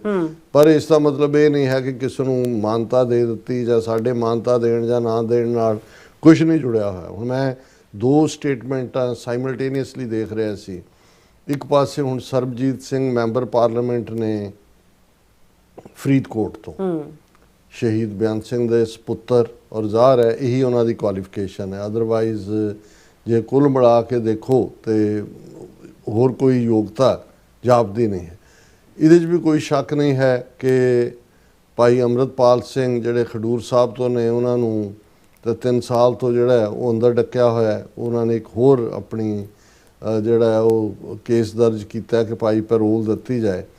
ਹੁਣ ਸਰਬਜੀਤ ਸਿੰਘ ਜਿਹਨਾਂ ਬਾਰੇ ਕਈਆਂ ਦਾ ਪਿਛਲੇ ਦਿਨਾਂ 'ਚ ਕਹਿਣਾ ਸੀ ਕਿ ਜੀ ਉਹ ਪਾਰਲੀਮੈਂਟ 'ਚ ਗਏ ਵੀ ਨੇ, ਉਹਨਾਂ ਨੇ ਕੀ ਕੀਤਾ। ਹੁਣ ਇੱਕ ਸਟੇਟਮੈਂਟ ਮੇਰੇ ਸਾਹਮਣੇ ਸਰਬਜੀਤ ਸਿੰਘ ਦੀ ਹੈ ਜਿਹਦੇ 'ਚ ਉਹਨਾਂ ਨੇ ਕਿਹਾ ਕਿ ਨਾ ਮੇਰੇ ਫਿੰਗਰਪ੍ਰਿੰਟ ਨਾਲ ਨਾ ਚਿਹਰੇ ਨਾਲ ਸੰਸਦ 'ਚ ਦਰਵਾਜ਼ਾ ਖੁੱਲ੍ਹਦਾ। ਹੁਣ ਉੱਥੇ ਵੀ ਉਹਨਾਂ ਨੇ ਉਸ ਕਿਸਮ ਦੇ ਸੈਂਸਰ ਲਾਏ ਹੋਣਗੇ ਕਿ ਜਿਹੜੇ ਇਲੈਕਟਿਡ MP ਉਹਨਾਂ ਦੇ ਡਾਟਾ ਪਿਕਚਰਾਂ ਫੀਡ ਕੀਤੀਆਂ, ਜਦੋਂ ਦਰਵਾਜ਼ੇ ਸਾਹਮਣੇ ਆਉਂਦੇ ਨੇ ਦਰਵਾਜ਼ਾ ਖੁੱਲ੍ਹਦਾ ਤੇ ਜਾਂ ਤੁਹਾਡੇ ਫਿੰਗਰ ਤੁਸੀਂ ਹੱਥ ਲਾਉਂਦੇ ਹੋ। ਉਹ ਕਹਿੰਦੇ ਲੋਕ ਸਭਾ 'ਚ ਮੇਰੇ ਇਕੱਲੇ ਨਾਲ ਹੁੰਦਾ ਧੱਕਾ, ਨਾ ਮੈਨੂੰ ਬੋਲਣ ਦਿੰਦੇ ਨੇ, ਨਾ ਮੇਰੇ ਫਿੰਗਰਪ੍ਰਿੰਟ ਨਾ ਚਿਹਰੇ ਨਾਲ ਸੰਸਦ ਦਾ ਦਰਵਾਜ਼ਾ ਖੁੱਲ੍ਹਦਾ। ਬਾਕੀ MP ਆਉਂਦੇ ਨੇ ਦਰਵਾਜ਼ਾ ਖੁੱਲ੍ਹਦਾ ਪਰ ਮੇਰੀ ਵਾਰੀ ਕਦੇ ਨਹੀਂ ਖੁੱਲ੍ਹਦਾ, ਕਹਿ ਕੇ ਖੁਲਾਉਣਾ ਪੈਂਦਾ। ਸਾਲ ਹੋ ਗਿਆ ਇਸ ਨੂੰ, ਮੈਂ ਕਈ ਵਾਰੀ ਸਪੀਕਰ ਨੂੰ ਸ਼ਿਕਾਇਤ ਕੀਤੀ, ਇਹ ਸਿੱਖਾਂ ਨਾਲ ਬਹੁਤ ਭੇਦਭਾਵ ਕਰਦੇ ਨੇ। ਹੁਣ ਇਹ ਉਹਨਾਂ ਲੋਕਾਂ ਲਈ ਹੈ ਜਿਹੜੇ ਸਮਝਦੇ ਨੇ ਕਿ ਜੀ ਅਸੀਂ ਪਾਰਲੀਮੈਂਟਰੀ ਸਿਸਟਮ ਦੇ ਰਾਹੀਂ ਵੀ ਜਸਟਿਸ ਲੈ ਸਕਦੇ ਹਾਂ। ਸਾਡਾ ਕੋਈ ਬੁਲਾਰਾ ਹੋਏ ਜਿਹੜਾ ਪਾਰਲੀਮੈਂਟ ਦੇ ਵਿੱਚ ਕੇਸ ਪੇਸ਼ ਕਰੇ। ਸਾਡੇ ਵੀਰ ਨੇ ਹਰਪ੍ਰੀਤ ਸਿੰਘ ਮੀਡੀਆ 'ਚ ਟੋਰਾਂਟੋ ਤੋਂ, ਉਹਨਾਂ ਨੇ ਕਿਹਾ, ਉਹ ਕਹਿਣ ਲੱਗੇ ਵੀ ਸਰ ਕਪੂਰ ਸਿੰਘ ਤੋਂ ਵੱਧ ਕੇ ਸਿਆਣਾ ਬੰਦਾ ਤਾਂ 20ਵੀਂ ਸਦੀ 'ਚ ਸਿੱਖਾਂ ਨੇ ਕੋਈ ਪੈਦਾ ਨਹੀਂ ਕੀਤਾ। ਔਰ ਉਹ ਮੈਂਬਰ ਪਾਰਲੀਮੈਂਟ ਰਹੇ 1962 ਤੋਂ 67 ਤੱਕ। ਉਹਨਾਂ ਦੀਆਂ ਜਿਹੜੀਆਂ ਬੜੀਆਂ ਧੱਕੜ ਸਪੀਚਾਂ ਵੀ ਸੀ ਪਾਰਲੀਮੈਂਟ ਦੇ ਸੈਸ਼ਨ। ਉਹਨਾਂ ਨੇ ਕਿਹਾ ਜੀ ਉਹਨਾਂ ਦੇ ਬੋਲਣ ਨਾਲ ਜਾਂ ਉਹਨਾਂ ਦਾ ਕੇਸ ਉਹਨਾਂ ਦੇ ਹੁੰਦਿਆਂ ਹੀ ਪੰਜਾਬ ਰੀਆਰਗੇਨਾਈਜੇਸ਼ਨ ਐਕਟ ਵਾਲਾ ਜਿਹੜਾ ਬਿੱਲ ਹੈ ਉਹ ਪੇਸ਼ ਕੀਤਾ ਗਿਆ, ਜਿਹਨੂੰ ਉਹਨਾਂ ਨੇ ਰੋਟਨ ਐਗ ਕਿਹਾ ਵੀ ਇਹ ਗੰਦਾ ਅੰਡਾ ਹੈ। ਲੇਕਿਨ ਨਥਿੰਗ ਚੇਂਜਡ, ਕਿਉਂਕਿ ਇਨ ਦਾ ਐਂਡ ਆਫ ਦਾ ਡੇ ਜੇ ਤੁਹਾਡੇ ਸਾਰੇ ਦੇ ਸਾਰੇ ਵੀ, ਜਿਵੇਂ ਮੈਂ ਕਹਿੰਦਾ ਵੀ 13 MP ਤੁਹਾਡੇ ਬਣ ਜਾਣ ਪੰਜਾਬ 'ਚੋਂ, ਉੱਥੇ ਕੌਣ ਸੁਣਦਾ ਹੈ? ਮੈਜੋਰਿਟੀ ਤਾਂ ਉਹਨਾਂ ਦੇ ਕੋਲ ਹੈ ਔਰ ਉਹ ਮੈਜੋਰੀਟੇਰੀਅਨਿਜ਼ਮ ਦਾ ਰੂਲ ਹੈ। ਤੇ ਹੁਣ ਜੇ ਇੰਡੀਆ ਨੂੰ ਜਿਹੜਾ ਹੈ ਉਹ ਉਹਨਾਂ ਦੇ ਮੂੰਹ 'ਤੇ ਚਪੇੜ ਮਾਰਦੇ ਆ, ਫਰੀਦਕੋਟ ਦੇ ਲੋਕਾਂ ਨੇ ਭੇਜਿਆ ਭਾਈ ਅੰਮ੍ਰਿਤਪਾਲ ਸਿੰਘ ਨੂੰ, ਉਹਨਾਂ ਨੂੰ ਵੈਸੇ ਨਹੀਂ ਜਾਣ ਦਿੱਤਾ। ਹੁਣ ਸਰਬਜੀਤ ਸਿੰਘ ਦੇ ਨਾਲ ਆਪਣਾ ਇਹ ਹਿਊਮਿਲੇਸ਼ਨ ਹੈ ਕਿ ਈਵਨ MPਆਂ ਦੇ ਬਰਾਬਰ ਉਹਨੂੰ ਰੁਤਬਾ ਨਹੀਂ ਹੈ ਕਿ ਵੀ ਉਹ ਜਿਹੜਾ ਦਰਵਾਜ਼ਾ ਵੀ ਉਹਦੇ ਲਈ ਫਿੰਗਰਪ੍ਰਿੰਟ ਨਾਲ ਜਾਂ ਉਹਦੇ ਚਿਹਰੇ ਨਾਲ ਖੁੱਲੇ। ਹੁਣ ਇੱਕ ਪਾਸੇ ਸਾਡੀ ਇਹ ਹਾਲਤ ਹੈ ਕਿ ਵੀ ਅਸੀਂ ਇਸ ਸਾਰੇ 'ਚੋਂ ਕਿਵੇਂ ਛੁਟਕਾਰਾ ਪਾਈਏ। ਜ਼ਾਹਰ ਹੈ ਗੁਲਾਮੀ ਦੇ ਸੰਗਲ ਕੱਟਣੇ। ਹੁਣ ਜਿਹੜੀ ਸਟੇਟਮੈਂਟ ਜਥੇਦਾਰ ਕੁਲਦੀਪ ਸਿੰਘ ਗੜਗੱਜ ਨੇ ਦਿੱਤੀ, ਜ਼ਾਹਰ ਹੈ ਅਸੀਂ ਵੀ ਆਪਣੇ ਸਪੀਚਿਸ ਵੀ ਪ੍ਰੋਗਰਾਮ 'ਚ ਵੀ ਮੈਂਸ਼ਨ ਕਰਦੇ ਹਾਂ ਕਿ ਭਾਈ in the end of the day struggle ਕਿੰਨੀ ਲੰਬੀ ਹੁੰਦੀ ਹੈ, ਕੀ ਹੁੰਦਾ ਹੈ। ਬਣਨਾ ਤਾਂ ਸਾਡਾ ਨਿਊਕਲੀਅਸ ਤਾਂ ਉਹੀ ਹੈ ਖਾਲਿਸਤਾਨ ਦਾ ਅਲਟੀਮੇਟਲੀ ਜ਼ਮੀਨਾਂ। ਔਰ ਪਿਛਲੇ ਦਿਨਾਂ 'ਚ ਇੱਕ ਕਿਸੇ ਸੱਜਣ ਨਾਲ ਗੱਲ ਹੋ ਰਹੀ ਸੀ, ਉਹ ਮੈਨੂੰ ਕਹਿਣ ਲੱਗੇ, ਕਹਿੰਦਾ ਜੀ ਤੁਹਾਨੂੰ ਇਹ ਰਿਅਲਾਈਜੇਸ਼ਨ ਨਹੀਂ ਹੋਏਗੀ ਕਿ ਅੰਮ੍ਰਿਤਸਰ ਦੇ ਜ਼ਿਲ੍ਹੇ ਤੋਂ ਤਰਨਤਾਰਨ ਔਰ ਵਾਹਗਾ ਔਰ ਖੇਮਕਰਨ ਔਰ ਉਦੋਂ ਤੱਕ ਦੋਵੇਂ ਪਾਸੇ ਸੜਕ ਦੇ 5-5 ਏਕੜ ਜ਼ਮੀਨ ਗੁਜਰਾਤੀਆਂ ਨੇ ਖਰੀਦੀ ਹੋਈ ਹੈ। ਕਿ ਵੀ ਉਹ ਫਿਊਚਰ ਦੇ ਵਿੱਚ ਉਹ ਸਮਝਦੇ ਨੇ ਵੀ ਇਹ ਜਦੋਂ ਐਵੇਂ ਨਹੀਂ ਉਹ ਹਾਈਵੇ 6-6 ਲੇਨ ਦੇ ਬਣਾ ਰਹੇ ਜਾਂ ਦੂਜੇ ਵਪਾਰਕ ਔਰ ਦੂਸਰਿਆਂ ਦੇ ਲਈ। ਉਹ ਕਹਿੰਦੇ ਵੀ ਪ੍ਰਵਾਸੀ ਮਜ਼ਦੂਰਾਂ ਦੀ ਗੱਲ ਤਾਂ ਹੁੰਦੀ ਹੈ ਕਿ ਵੀ ਉਹ ਤਾਂ ਕਰ ਹੀ ਰਹੇ ਨੇ ਜੋ ਡੈਮੋਗ੍ਰਾਫੀ ਚੇਂਜ ਕਰਨ ਦੇ ਲਈ, ਪਰ ਤੁਹਾਡੀਆਂ ਜ਼ਮੀਨਾਂ ਜਿਹੜਾ ਅਮੀਰ ਹੈ ਇਹਨਾਂ ਦਾ ਗੁਜਰਾਤੀ ਹੈ ਜਾਂ ਦੂਜੇ ਨੇ, ਉਹ ਦੁੱਗਣੇ ਕੀਮਤਾਂ ਦੇ ਖਰੀਦ ਰਹੇ ਨੇ। ਇੱਕ ਬਾਹਰ ਟ੍ਰੈਂਡ ਅਸੀਂ ਦੇਖਿਆ ਕਿ ਜਿਹਦੇ 'ਚ ਬਹੁਤਿਆਂ ਦਾ ਇਹ ਜੀ ਹੁਣ ਸਾਡੇ ਬੱਚੇ ਨੇ ਤਾਂ ਇੱਥੋਂ ਦੇ ਜੰਮ ਪਲ ਨੇ ਅਮਰੀਕਾ ਕੈਨੇਡਾ, ਉਹਨਾਂ ਨੇ ਜਾ ਕੇ ਉੱਥੇ ਕਿਹੜਾ ਰਹਿਣਾ ਹੈ, ਚਲੋ ਜਿਹੜੀ ਕਿੱਲਾ 2 ਕਿੱਲਾ ਸਾਡੇ ਹਿੱਸੇ ਆਉਂਦੀ ਆ ਉਹ ਵੇਚਦੇ ਹੀ ਹੈ, ਉਹ ਲੈਣ ਲਈ ਦੂਜੇ ਬੈਠੇ ਹੋਏ ਨੇ। ਇਹ ਵੀ ਨਹੀਂ ਹੈ। ਔਰ ਅਸੀਂ ਜਦੋਂ ਕਹਿੰਦੇ ਹਾਂ ਕਿ ਭਾਈ ਜ਼ਮੀਨਾਂ ਮਤ ਵੇਚੋ, ਜੇ ਤੁਹਾਨੂੰ ਨਹੀਂ ਵੀ ਉਹਦੇ 'ਚ ਰਹਿਣ ਦਿਓ, ਸ਼ਰੀਕਾਂ ਕੋਲ ਬੋਲਣਗੀਆਂ ਤੁਹਾਡੇ ਨਾਲ, ਕੱਲ੍ਹ ਨੂੰ ਜਦੋਂ ਤੁਹਾਡੀ ਜ਼ਮੀਨ ਖੁੱਸ ਗਈ, ਔਰ ਇਹ ਸਾਹਮਣੇ ਆ ਉਦਾਹਰਣ ਕਿ ਫਲਸਤੀਨੀਆਂ ਦੇ ਨਾਲ ਕੀ ਹੋ ਰਿਹਾ ਅੱਛਾ ਜਾਂ ਹੁਣ ਜਿਹੜੇ ਜ਼ਬਰਦਸਤੀ ਸੈਟਲਰਸ ਲਿਆ ਕੇ ਫਲਸਤੀਨੀਆਂ ਨੂੰ ਧੱਕਿਆ ਜਾ ਰਿਹਾ, ਉਸ ਤੋਂ ਪਹਿਲਾਂ ਵੀ ਜਿਹੜੇ ਆਏ ਯਹੂਦੀ ਆ ਕੇ ਉੱਥੇ ਬੈਠੇ 10-10 ਗੁਣਾ ਕੀਮਤਾਂ ਦੇ ਕੇ, ਉਦੋਂ ਉਹਨਾਂ ਨੂੰ ਲੱਗਦਾ ਸੀ ਵੀ ਇਹਨਾਂ ਜ਼ਮੀਨਾਂ 'ਚੋਂ ਤਾਂ ਅਸੀਂ ਕੀ ਉਗਾਉਂਦੇ ਹਾਂ ਤੇ ਜੇ ਇੰਨੇ ਪੈਸੇ ਮਿਲਦੇ ਨੇ ਲੈ ਲਓ। ਔਰ ਇਵੇਂ ਉਹਨਾਂ ਨੇ ਆਪਣੀ ਆਬਾਦੀ ਜਿਹੜੀ 1920 ਦੇ ਵਿੱਚ 10% ਵੀ ਨਹੀਂ ਸੀ, ਉਹ ਵਧਾਈ, ਕਿਵੇਂ ਜ਼ਮੀਨ ਆਕੂਪਾਈ ਕੀਤੀ, ਫਿਰ ਉਹਨਾਂ ਨੇ ਫੈਕਟਰੀਆਂ ਲਾਈਆਂ, ਉਹਦੇ 'ਚ ਕਿਹਾ ਜੀ ਕੋਈ ਫਲਸਤੀਨੀ ਨਹੀਂ ਰੱਖਣਾ, ਜਿਹੜੇ ਈਸਟਰਨ ਯੂਰਪ ਔਰ ਦੂਜੇ ਯਹੂਦੀ ਨੇ ਉਹਨਾਂ ਨੂੰ ਰੱਖੋ। ਐਗਜ਼ੈਕਟਲੀ ਉਹੀ ਮਾਡਲ ਪੰਜਾਬ ਦੇ ਵਿੱਚ ਫੋਲੋ ਹੋ ਰਿਹਾ ਔਰ ਇਹਦੇ 'ਚ ਬਿਲਕੁਲ ਜਿਹੜੀ ਜਥੇਦਾਰ ਗੜਗਾਜ ਦੀ ਸਟੇਟਮੈਂਟ ਮੇਰੇ ਸਾਹਮਣੇ ਹੈ, ਉਹਨਾਂ ਨੇ ਕਿਹਾ ਪੰਜਾਬ 'ਚ ਆਪਣੀਆਂ ਜ਼ਮੀਨਾਂ ਨਾ ਵੇਚੀਏ, ਪੱਕੇ ਤੌਰ ਤੇ ਪੰਜਾਬ ਨਾ ਛੱਡੀਏ, ਇਹ ਸਾਡੇ ਪੁਰਖਿਆਂ ਦੀਆਂ ਜ਼ਮੀਨਾਂ ਨੇ, ਜੇ ਵੇਚ ਵਿਦੇਸ਼ਾਂ 'ਚ ਰਹਾਂਗੇ ਤਾਂ ਪੰਜਾਬ ਦਾ ਵਾਰਿਸ ਕੌਣ ਬਣੇਗਾ। ਇਹ ਔਰ ਮੈਂ ਸਮਝਦਾ ਵੀ ਭਾਈ ਅੰਮ੍ਰਿਤਪਾਲ ਸਿੰਘ ਹੋਰਾਂ ਵੱਲੋਂ ਜਿੱਥੇ ਖਾਲਸਾ ਵਹੀਰ ਔਰ ਅੰਮ੍ਰਿਤ ਛਕਾਓ ਨਸ਼ੇ ਛਡਾਓ ਸੀ, ਇੱਕ ਜਿਹੜੀ ਉਹਨਾਂ ਦੇ 1 ਪੁਆਇੰਟ ਪ੍ਰੋਗਰਾਮ ਉਸ ਦਾ ਹਿੱਸਾ ਸੀ ਰਿਵਰਸ ਮਾਈਗ੍ਰੇਸ਼ਨ, ਕਿ ਭਾਈ ਜਿਹੜੇ ਤੁਸੀਂ ਬਾਹਰ ਚਲੇ ਗਏ ਹੋ ਕੋਈ ਨਹੀਂ, ਤੁਸੀਂ ਆਪਣੀਆਂ ਘਰਾਂ ਨੂੰ ਜਿਹੜਾ ਉਹ ਬਜਾਏ ਜੰਦਾ ਲਾਇਆ ਜਾਂ ਉੱਥੇ ਬਈਏ ਬਿਠਾਏ ਹੋਏ ਨੇ, ਬਜ਼ੁਰਗਾਂ ਨੂੰ ਭੇਜੋ, ਆਪਣੇ ਬੱਚਿਆਂ ਨੂੰ ਲੈ ਕੇ ਆਓ। ਔਰ ਉਸ ਦਾ ਅਸਰ ਵੀ ਸ਼ੁਰੂ ਹੋ ਗਿਆ ਸੀ, ਕੁਝ ਜਿਹੜੇ ਨੇ ਆਪਣੇ ਕੰਮਕਾਰ ਇੱਥੋਂ ਬੰਦ ਕਰਕੇ ਪੰਜਾਬ 'ਚ ਜਿਹੜੇ ਸੀ ਉਹਨਾਂ ਨੇ ਇਨਵੈਸਟ ਕਰਨਾ ਸ਼ੁਰੂ ਕਰ ਦਿੱਤਾ ਸੀ। ਸੋ ਅਸੀਂ ਬਿਲਕੁਲ 100% ਇਸ ਦੇ ਨਾਲ ਸਹਿਮਤ ਹੈ ਕਿ ਆਪਣਾ ਅੱਡਾ ਗੱਡਾ ਮਤ ਛੱਡੋ, ਆਪਣੀਆਂ ਜ਼ਮੀਨਾਂ, ਆਪਣੇ ਘਰ, ਰਾਦਰ ਜਿਹੜੇ ਇੱਕ ਤਾਂ ਬਾਗੀ ਨੇ ਜਿਨ੍ਹਾਂ ਦੇ ਲਈ ਜਿਨ੍ਹਾਂ ਨੇ ਪਿੱਛੇ ਨਹੀਂ ਜਾਣਾ ਹੈ, ਉਹ ਤਾਂ ਆਪਣੀ ਹੋਂਦ ਦੀ ਲੜਾਈ, ਖਾਲਿਸਤਾਨ ਦੀ ਲੜਾਈ ਲੜ ਰਹੇ ਨੇ, ਪਰ ਜਿਹੜੇ ਅਦਰਵਾਈਜ਼ ਪਰਿਵਾਰ ਨੇ ਜਿਨ੍ਹਾਂ ਕੋਲ ਨਹੀਂ ਵੀ ਜ਼ਮੀਨ ਹੈ, ਸਗੋਂ ਕੋਸ਼ਿਸ਼ ਕਰੋ ਜੇ ਤੁਹਾਡੇ ਕੋਲ ਇੱਥੇ ਸਾਧਨ ਨੇ ਤੇ ਉੱਥੇ ਆਪਣਾ ਆਧਾਰ, ਆਪਣਾ ਘਰ, ਆਪਣੇ ਅੱਗੋਂ ਪੋਤੇ ਪੋਤੀਆਂ, ਦੋਤੇ ਦੋਤੀਆਂ, ਭਾਵੇਂ ਉਹਨਾਂ ਨਹੀਂ ਜਾਣਾ, ਪੱਕੇ ਤੌਰ ਤੇ ਉਹਨਾਂ ਨੂੰ ਛੁੱਟੀਆਂ ਦੇ ਵਿੱਚ ਲੈ ਕੇ ਜਾਓ, ਗੁਰਦੁਆਰਿਆਂ ਦੇ ਦਰਸ਼ਨ ਕਰਾਓ, ਉਸ ਧਰਤੀ ਦੇ ਨਾਲ ਜੁੜੇ ਰਹੋ।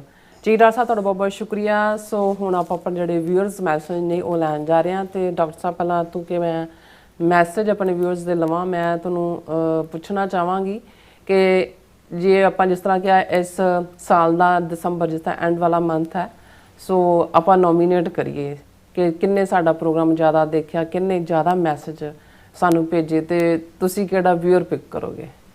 ਇਹ ਤਾਂ ਤੁਸੀਂ ਆਲ ਆਫ ਅ ਸਡਨ ਵਿਚਾਲੇ ਲਿਆ ਕੇ ਜਿਹੜਾ ਪਰ ਮੈਂ ਨੋਮੀਨੇਟ ਕਰਦੀ ਹਾਂ ਮੁਹੰਮਦ ਜਾਕੂਬ ਜੀ ਹੋਰਾਂ ਨੂੰ। ਨਹੀਂ ਉਹ ਤਾਂ ਸਾਡੇ ਪਿਆਰੇ ਨੇ, ਲਾਈਵ ਜਿਹੜਾ ਸਾਡਾ ਹੌਸਲਾ ਵੀ ਵਧਾਉਂਦੇ ਨੇ। ਬਿਲਕੁਲ, ਅਸੀਂ ਉਹਨਾਂ ਦੀ ਚੰਗੀ ਸਿਹਤ ਦੀ ਕਾਮਨਾ ਕਰਦੇ ਹਾਂ। ਬਿਲਕੁਲ, ਸੋ ਇਦਾਂ ਸਾਨੂੰ ਲਿਖਦੇ ਰਹੋ, ਕੀਪ ਇਟ ਅਪ। ਸੋ ਗੁਰਵਿੰਦ, ਹਾਂਜੀ, ਗੁਰਦੇਵ ਸਿੰਘ ਜੀ ਸਾਡੇ ਪਹਿਲੇ ਵੀਰ ਨੇ, ਸਾਨੂੰ ਖਾਲਿਸਤਾਨ ਜ਼ਿੰਦਾਬਾਦ ਕਹਿੰਦੇ ਨੇ, ਔਰ ਹੈਪੀ ਜੀ ਔਰ ਮੀਆਂ ਸਰਵਰ ਜੀ ਇਹ ਵੀ ਫਤਿਹ ਬੁਲਾਉਂਦੇ ਨੇ, ਔਰ ਵੀ ਸਾਡੇ ਰੈਗੂਲਰ ਵੀਰ ਨੇ, ਔਰ ਵੀ ਨੇ ਕਮੈਂਟਰ। ਹਾਂਜੀ, ਫਿਰ ਇਸ ਬਿਲਾਲ ਜੀ ਨੇ, ਹਾਂਜੀ ਬਿਲਾਲ ਜੀ ਨੇ, ਹਾਂਜੀ, ਔਰ ਹੈਪੀ ਜੀ, ਔਰ ਇਸੇ ਤਰ੍ਹਾਂ ਜਸਬੀਰ ਸਿੰਘ ਜੀ ਵੀ, ਔਰ ਮੀਆਂ ਸਰਵਰ ਜੀ ਕਹਿੰਦੇ ਆਈ ਵਾਜ਼ ਇਨ ਕਰਤਾਰਪੁਰ ਸਾਹਿਬ 4 days ago और a 5-star hotel is in making eight Kartarpur Sahib. और फिर मोहम्मद जाकूब जी ਜਿਹੜੇ ਬਹੁਤ ਸ਼ੁਕਰੀਆ ਸਰਵਰ ਸਾਹਿਬ ਜਾਣਕਾਰੀ ਦੇਣ ਲਈ। ਹਾਂਜੀ, ਕਾਫੀ ਸਾਰੇ ਇਹਨਾਂ ਦੇ ਅੱਜ ਦੇ ਆਪਣੇ ਪ੍ਰੋਗਰਾਮ ਦੇ ਮੈਸੇਜ ਨੇ, ਔਰ ਕਹਿੰਦੇ ਨੇ ਬੋਲੇ ਸੋਹਣਿਆਲ ਸਤਿ ਸ਼੍ਰੀ ਅਕਾਲ, ਰਾਜ ਕਰੇਗਾ Khalsa, Khalsa for Khalistan. I was sleeping yesterday, ਤੁਹਾਡੀ ਗੈਰ ਹਾਜ਼ਰੀ ਸੀ, ਚਲੋ ਚਲੋ ਕਹਿੰਦੇ ਰਾਵਿਨ ਚਲੋ। ਔਰ ਫਿਰ ਇਸੇ ਤਰ੍ਹਾਂ ਪ੍ਰਗਟ ਸਿੰਘ ਜੀ ਵੀ ਉਹ ਵੀ ਫਤਿਹ ਬੁਲਾਉਂਦੇ ਨੇ, ਫਿਰ ਜਤਿੰਦਰ ਸਿੰਘ ਜੀ ਵੀ, ਔਰ ਮੀਆਂ ਸਰਵਤ ਜੀ ਕਹਿੰਦੇ ਨੇ Pakistan government is increasing the PR service for hour Sikh family. ਔਰ ਰਾਜਨਪ੍ਰੀਤ ਸਿੰਘ ਜੀ ਵੀ, ਔਰ ਘੁਸਕੇ ਜੀ ਵੀ ਇਹ ਵੀ ਫਤਿਹ ਬੁਲਾਉਂਦੇ ਨੇ, ਔਰ ਸਤਨਾਮ ਸਿੰਘ ਜੀ ਵੀ, ਔਰ ਫਿਰ ਇਸੇ ਤਰ੍ਹਾਂ ਮੁਹੰਮਦ ਜੂਨਸ ਜੀ ਵੀ, ਇਹ ਵੀ ਸਾਨੂੰ ਅਸਲਾਮ ਵਾਲੇਕਮ ਤੇ ਸਤਿ ਸ਼੍ਰੀ ਅਕਾਲ ਕਹਿੰਦੇ ਨੇ।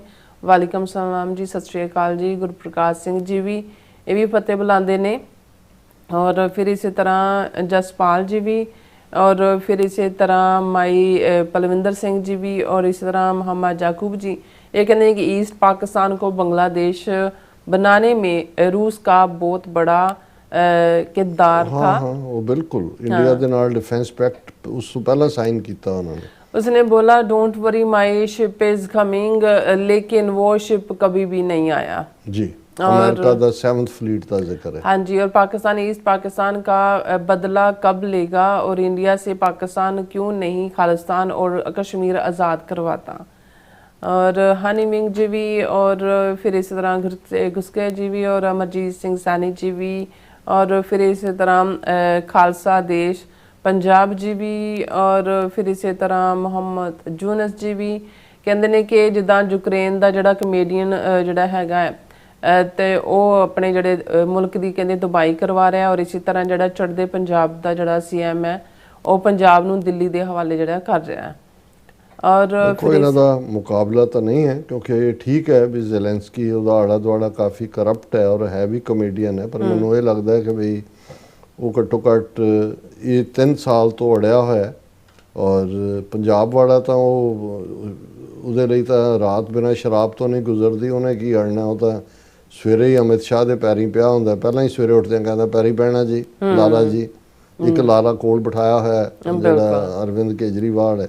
और इसी तरह मोहम्मद याकूब जी कहते हैं कि कहते बगैर रोए माँ भी दूध नहीं देती, तो इसीलिए अपना मुल्क ज़्यादा आज़ाद करवाना चाहिए। और सुरिंदर जी भी और जसकीरत सिंह जी भी, और फिर इसी तरह साबी साहब जी भी, और फिर इस तरह SK जी भी, फिर इसी तरह है ने साडे कोल मोहम्मद याकूब जी। फिर कहते हैं कि डॉक्टर साहब बगैर, हाँ जी, बगैर लड़े, उन्होंने मतलब है सी कि बिना रोए हुए माँ दूध भी नहीं थी। और इसी तरह डॉक्टर साहब बगैर लड़े हम कभी भी खालिस्तान और कश्मीर आज़ाद नहीं करवा नहीं, सकते। ठीक कह रहे हो, ये तो हथों हथ भी लड़ाई होनी है, इन्होंने इवें नहीं छड्डना है कभी। डॉक्टर परमजीत सिंह बराड़ जी भी सानू फतेह बुलाते ने, और सुख सिंह जी भी, और फिर इसी तरह याकूब जी कहते हैं कि all those Sikh who are in India Indian army, why don't they fight for Khalistan?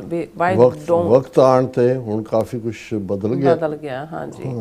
और फिर इस तरह घुसके जी भी खालसा जिंदाबाद कहते हैं, और अमेजिंग डॉक्टर साहब जी, all of you are so genius. और बहुत शुक्रिया भाई साहब, ਅਸੀਂ ਤਾਲਿਬੇ ਇਲਮ ਹੈ, ਤੁਹਾਡੇ ਤੋਂ ਹੀ ਸਭ ਤੋਂ ਸਿੱਖਦੇ ਹਾਂ, ਤੁਹਾਡੇ ਨਾਲ ਸੰਗਤ ਕਰਕੇ। बिल्कुल। सुरमुख सिंह भुल्लर जी भी, ये भी खालसा जिंदाबाद कहते हैं। और डॉक्टर साहब जी ते बेटी नीलम कौर जी, वाहिगुरू जी का खालसा वाहिगुरू जी की फतेह। बहुत वधिया प्रोग्राम है जी, वाहिगुरू जी आप जी नूं चढ़दी कला च रखन। और फिर इसी तरह घुसके जड़े कहते हैं सच, बट सच झलना बहुत औखा है। और इसी तरह साडे कोल राम सिंह जी भी, बिक्रमजीत सिंह जी भी, और फिर इसी तरह साडे कोल मिश्रा सिंह जी भी, और करम सिंह जी मतलब हाँ, करम सिंह जी ने ये किया भी जी मैं प्रेजिडेंट कैनेडी की कोट दिती सी वो करैक्ट इवें नहीं है, उन्होंने एग्जैक्ट वर्जन दिती है। करम सिंह जी शुक्रिया।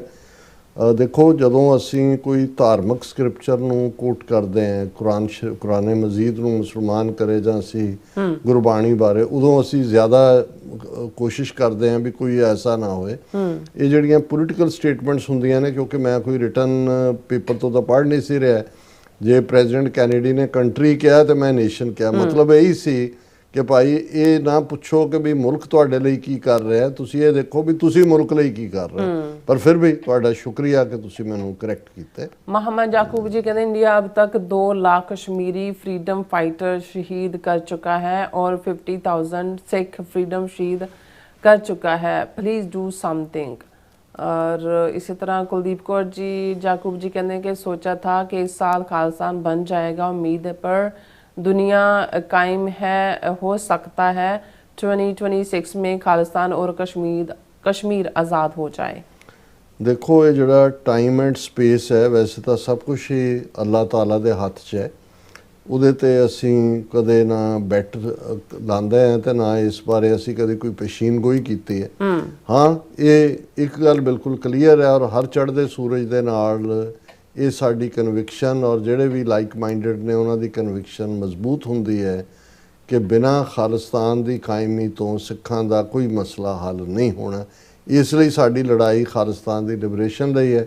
ਇਵੇਂ ਹੀ ਜਿਹੜੀ ਭਾਰਤੀ ਕਬਜ਼ੇ ਵਾਲਾ ਕਸ਼ਮੀਰ ਹੈ, ਉਹਨਾਂ ਨੇ ਵੀ ਜਿੰਨੀ ਸਫਰਿੰਗ ਸਹੀ ਹੈ ਸਹਿ ਰਹੇ ਨੇ, ਉਹ ਵੀ ਇਸ ਨਤੀਜੇ ਤੇ ਹੀ ਨੇ ਕਿ ਵੀ ਭਾਰਤ ਦੇ ਨਾਲ ਉਹ ਤਾਂ ਜਿਹੜੀ ਆਰਟੀਕਲ 370 ਜਾਂ ਥੋੜ੍ਹੀ ਬਹੁਤ ਜਿਹੜੀ ਹੋਪ ਸੀ ਉਹਨਾਂ ਨੇ ਤਾਂ ਉਹ ਵੀ ਖਤਮ ਕਰ ਦਿੱਤੀ ਹੈ।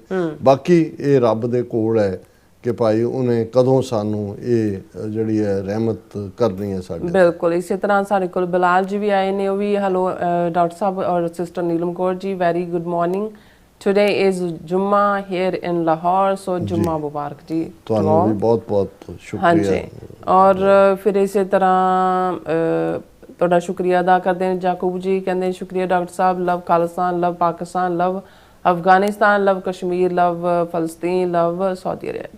ਔਰ ਫਿਰ ਇਸੇ ਤਰ੍ਹਾਂ ਸਾਡੇ ਕੋਲ ਮੈਸੇਜ ਆਏਗਾ ਇਹ ਫਿਰ ਉਹਨਾਂ ਦਾ ਮੈਸੇਜ ਹੈ, ਕਹਿੰਦੇ I hope Har Khalistani doctor ਸਾਹਿਬ ਜੈਸੀ सोच रखता हो और बगैर दैट्स वाई वी से साझा पंजाब, सारा पंजाब खालिस्तान भी और पाकिस्तान भी और बगैरत इंडिया, इंडियन उन्होंने किया है।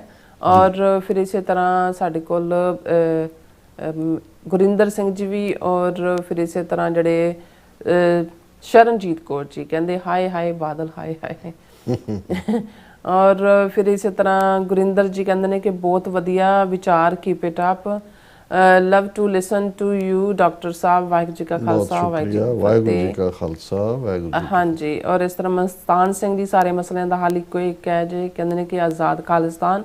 और माजा जी कहते हैं कि सरबजीत सिंह बेइज्जती करवा रहा है, ही ओनली वांट्स टू मनी।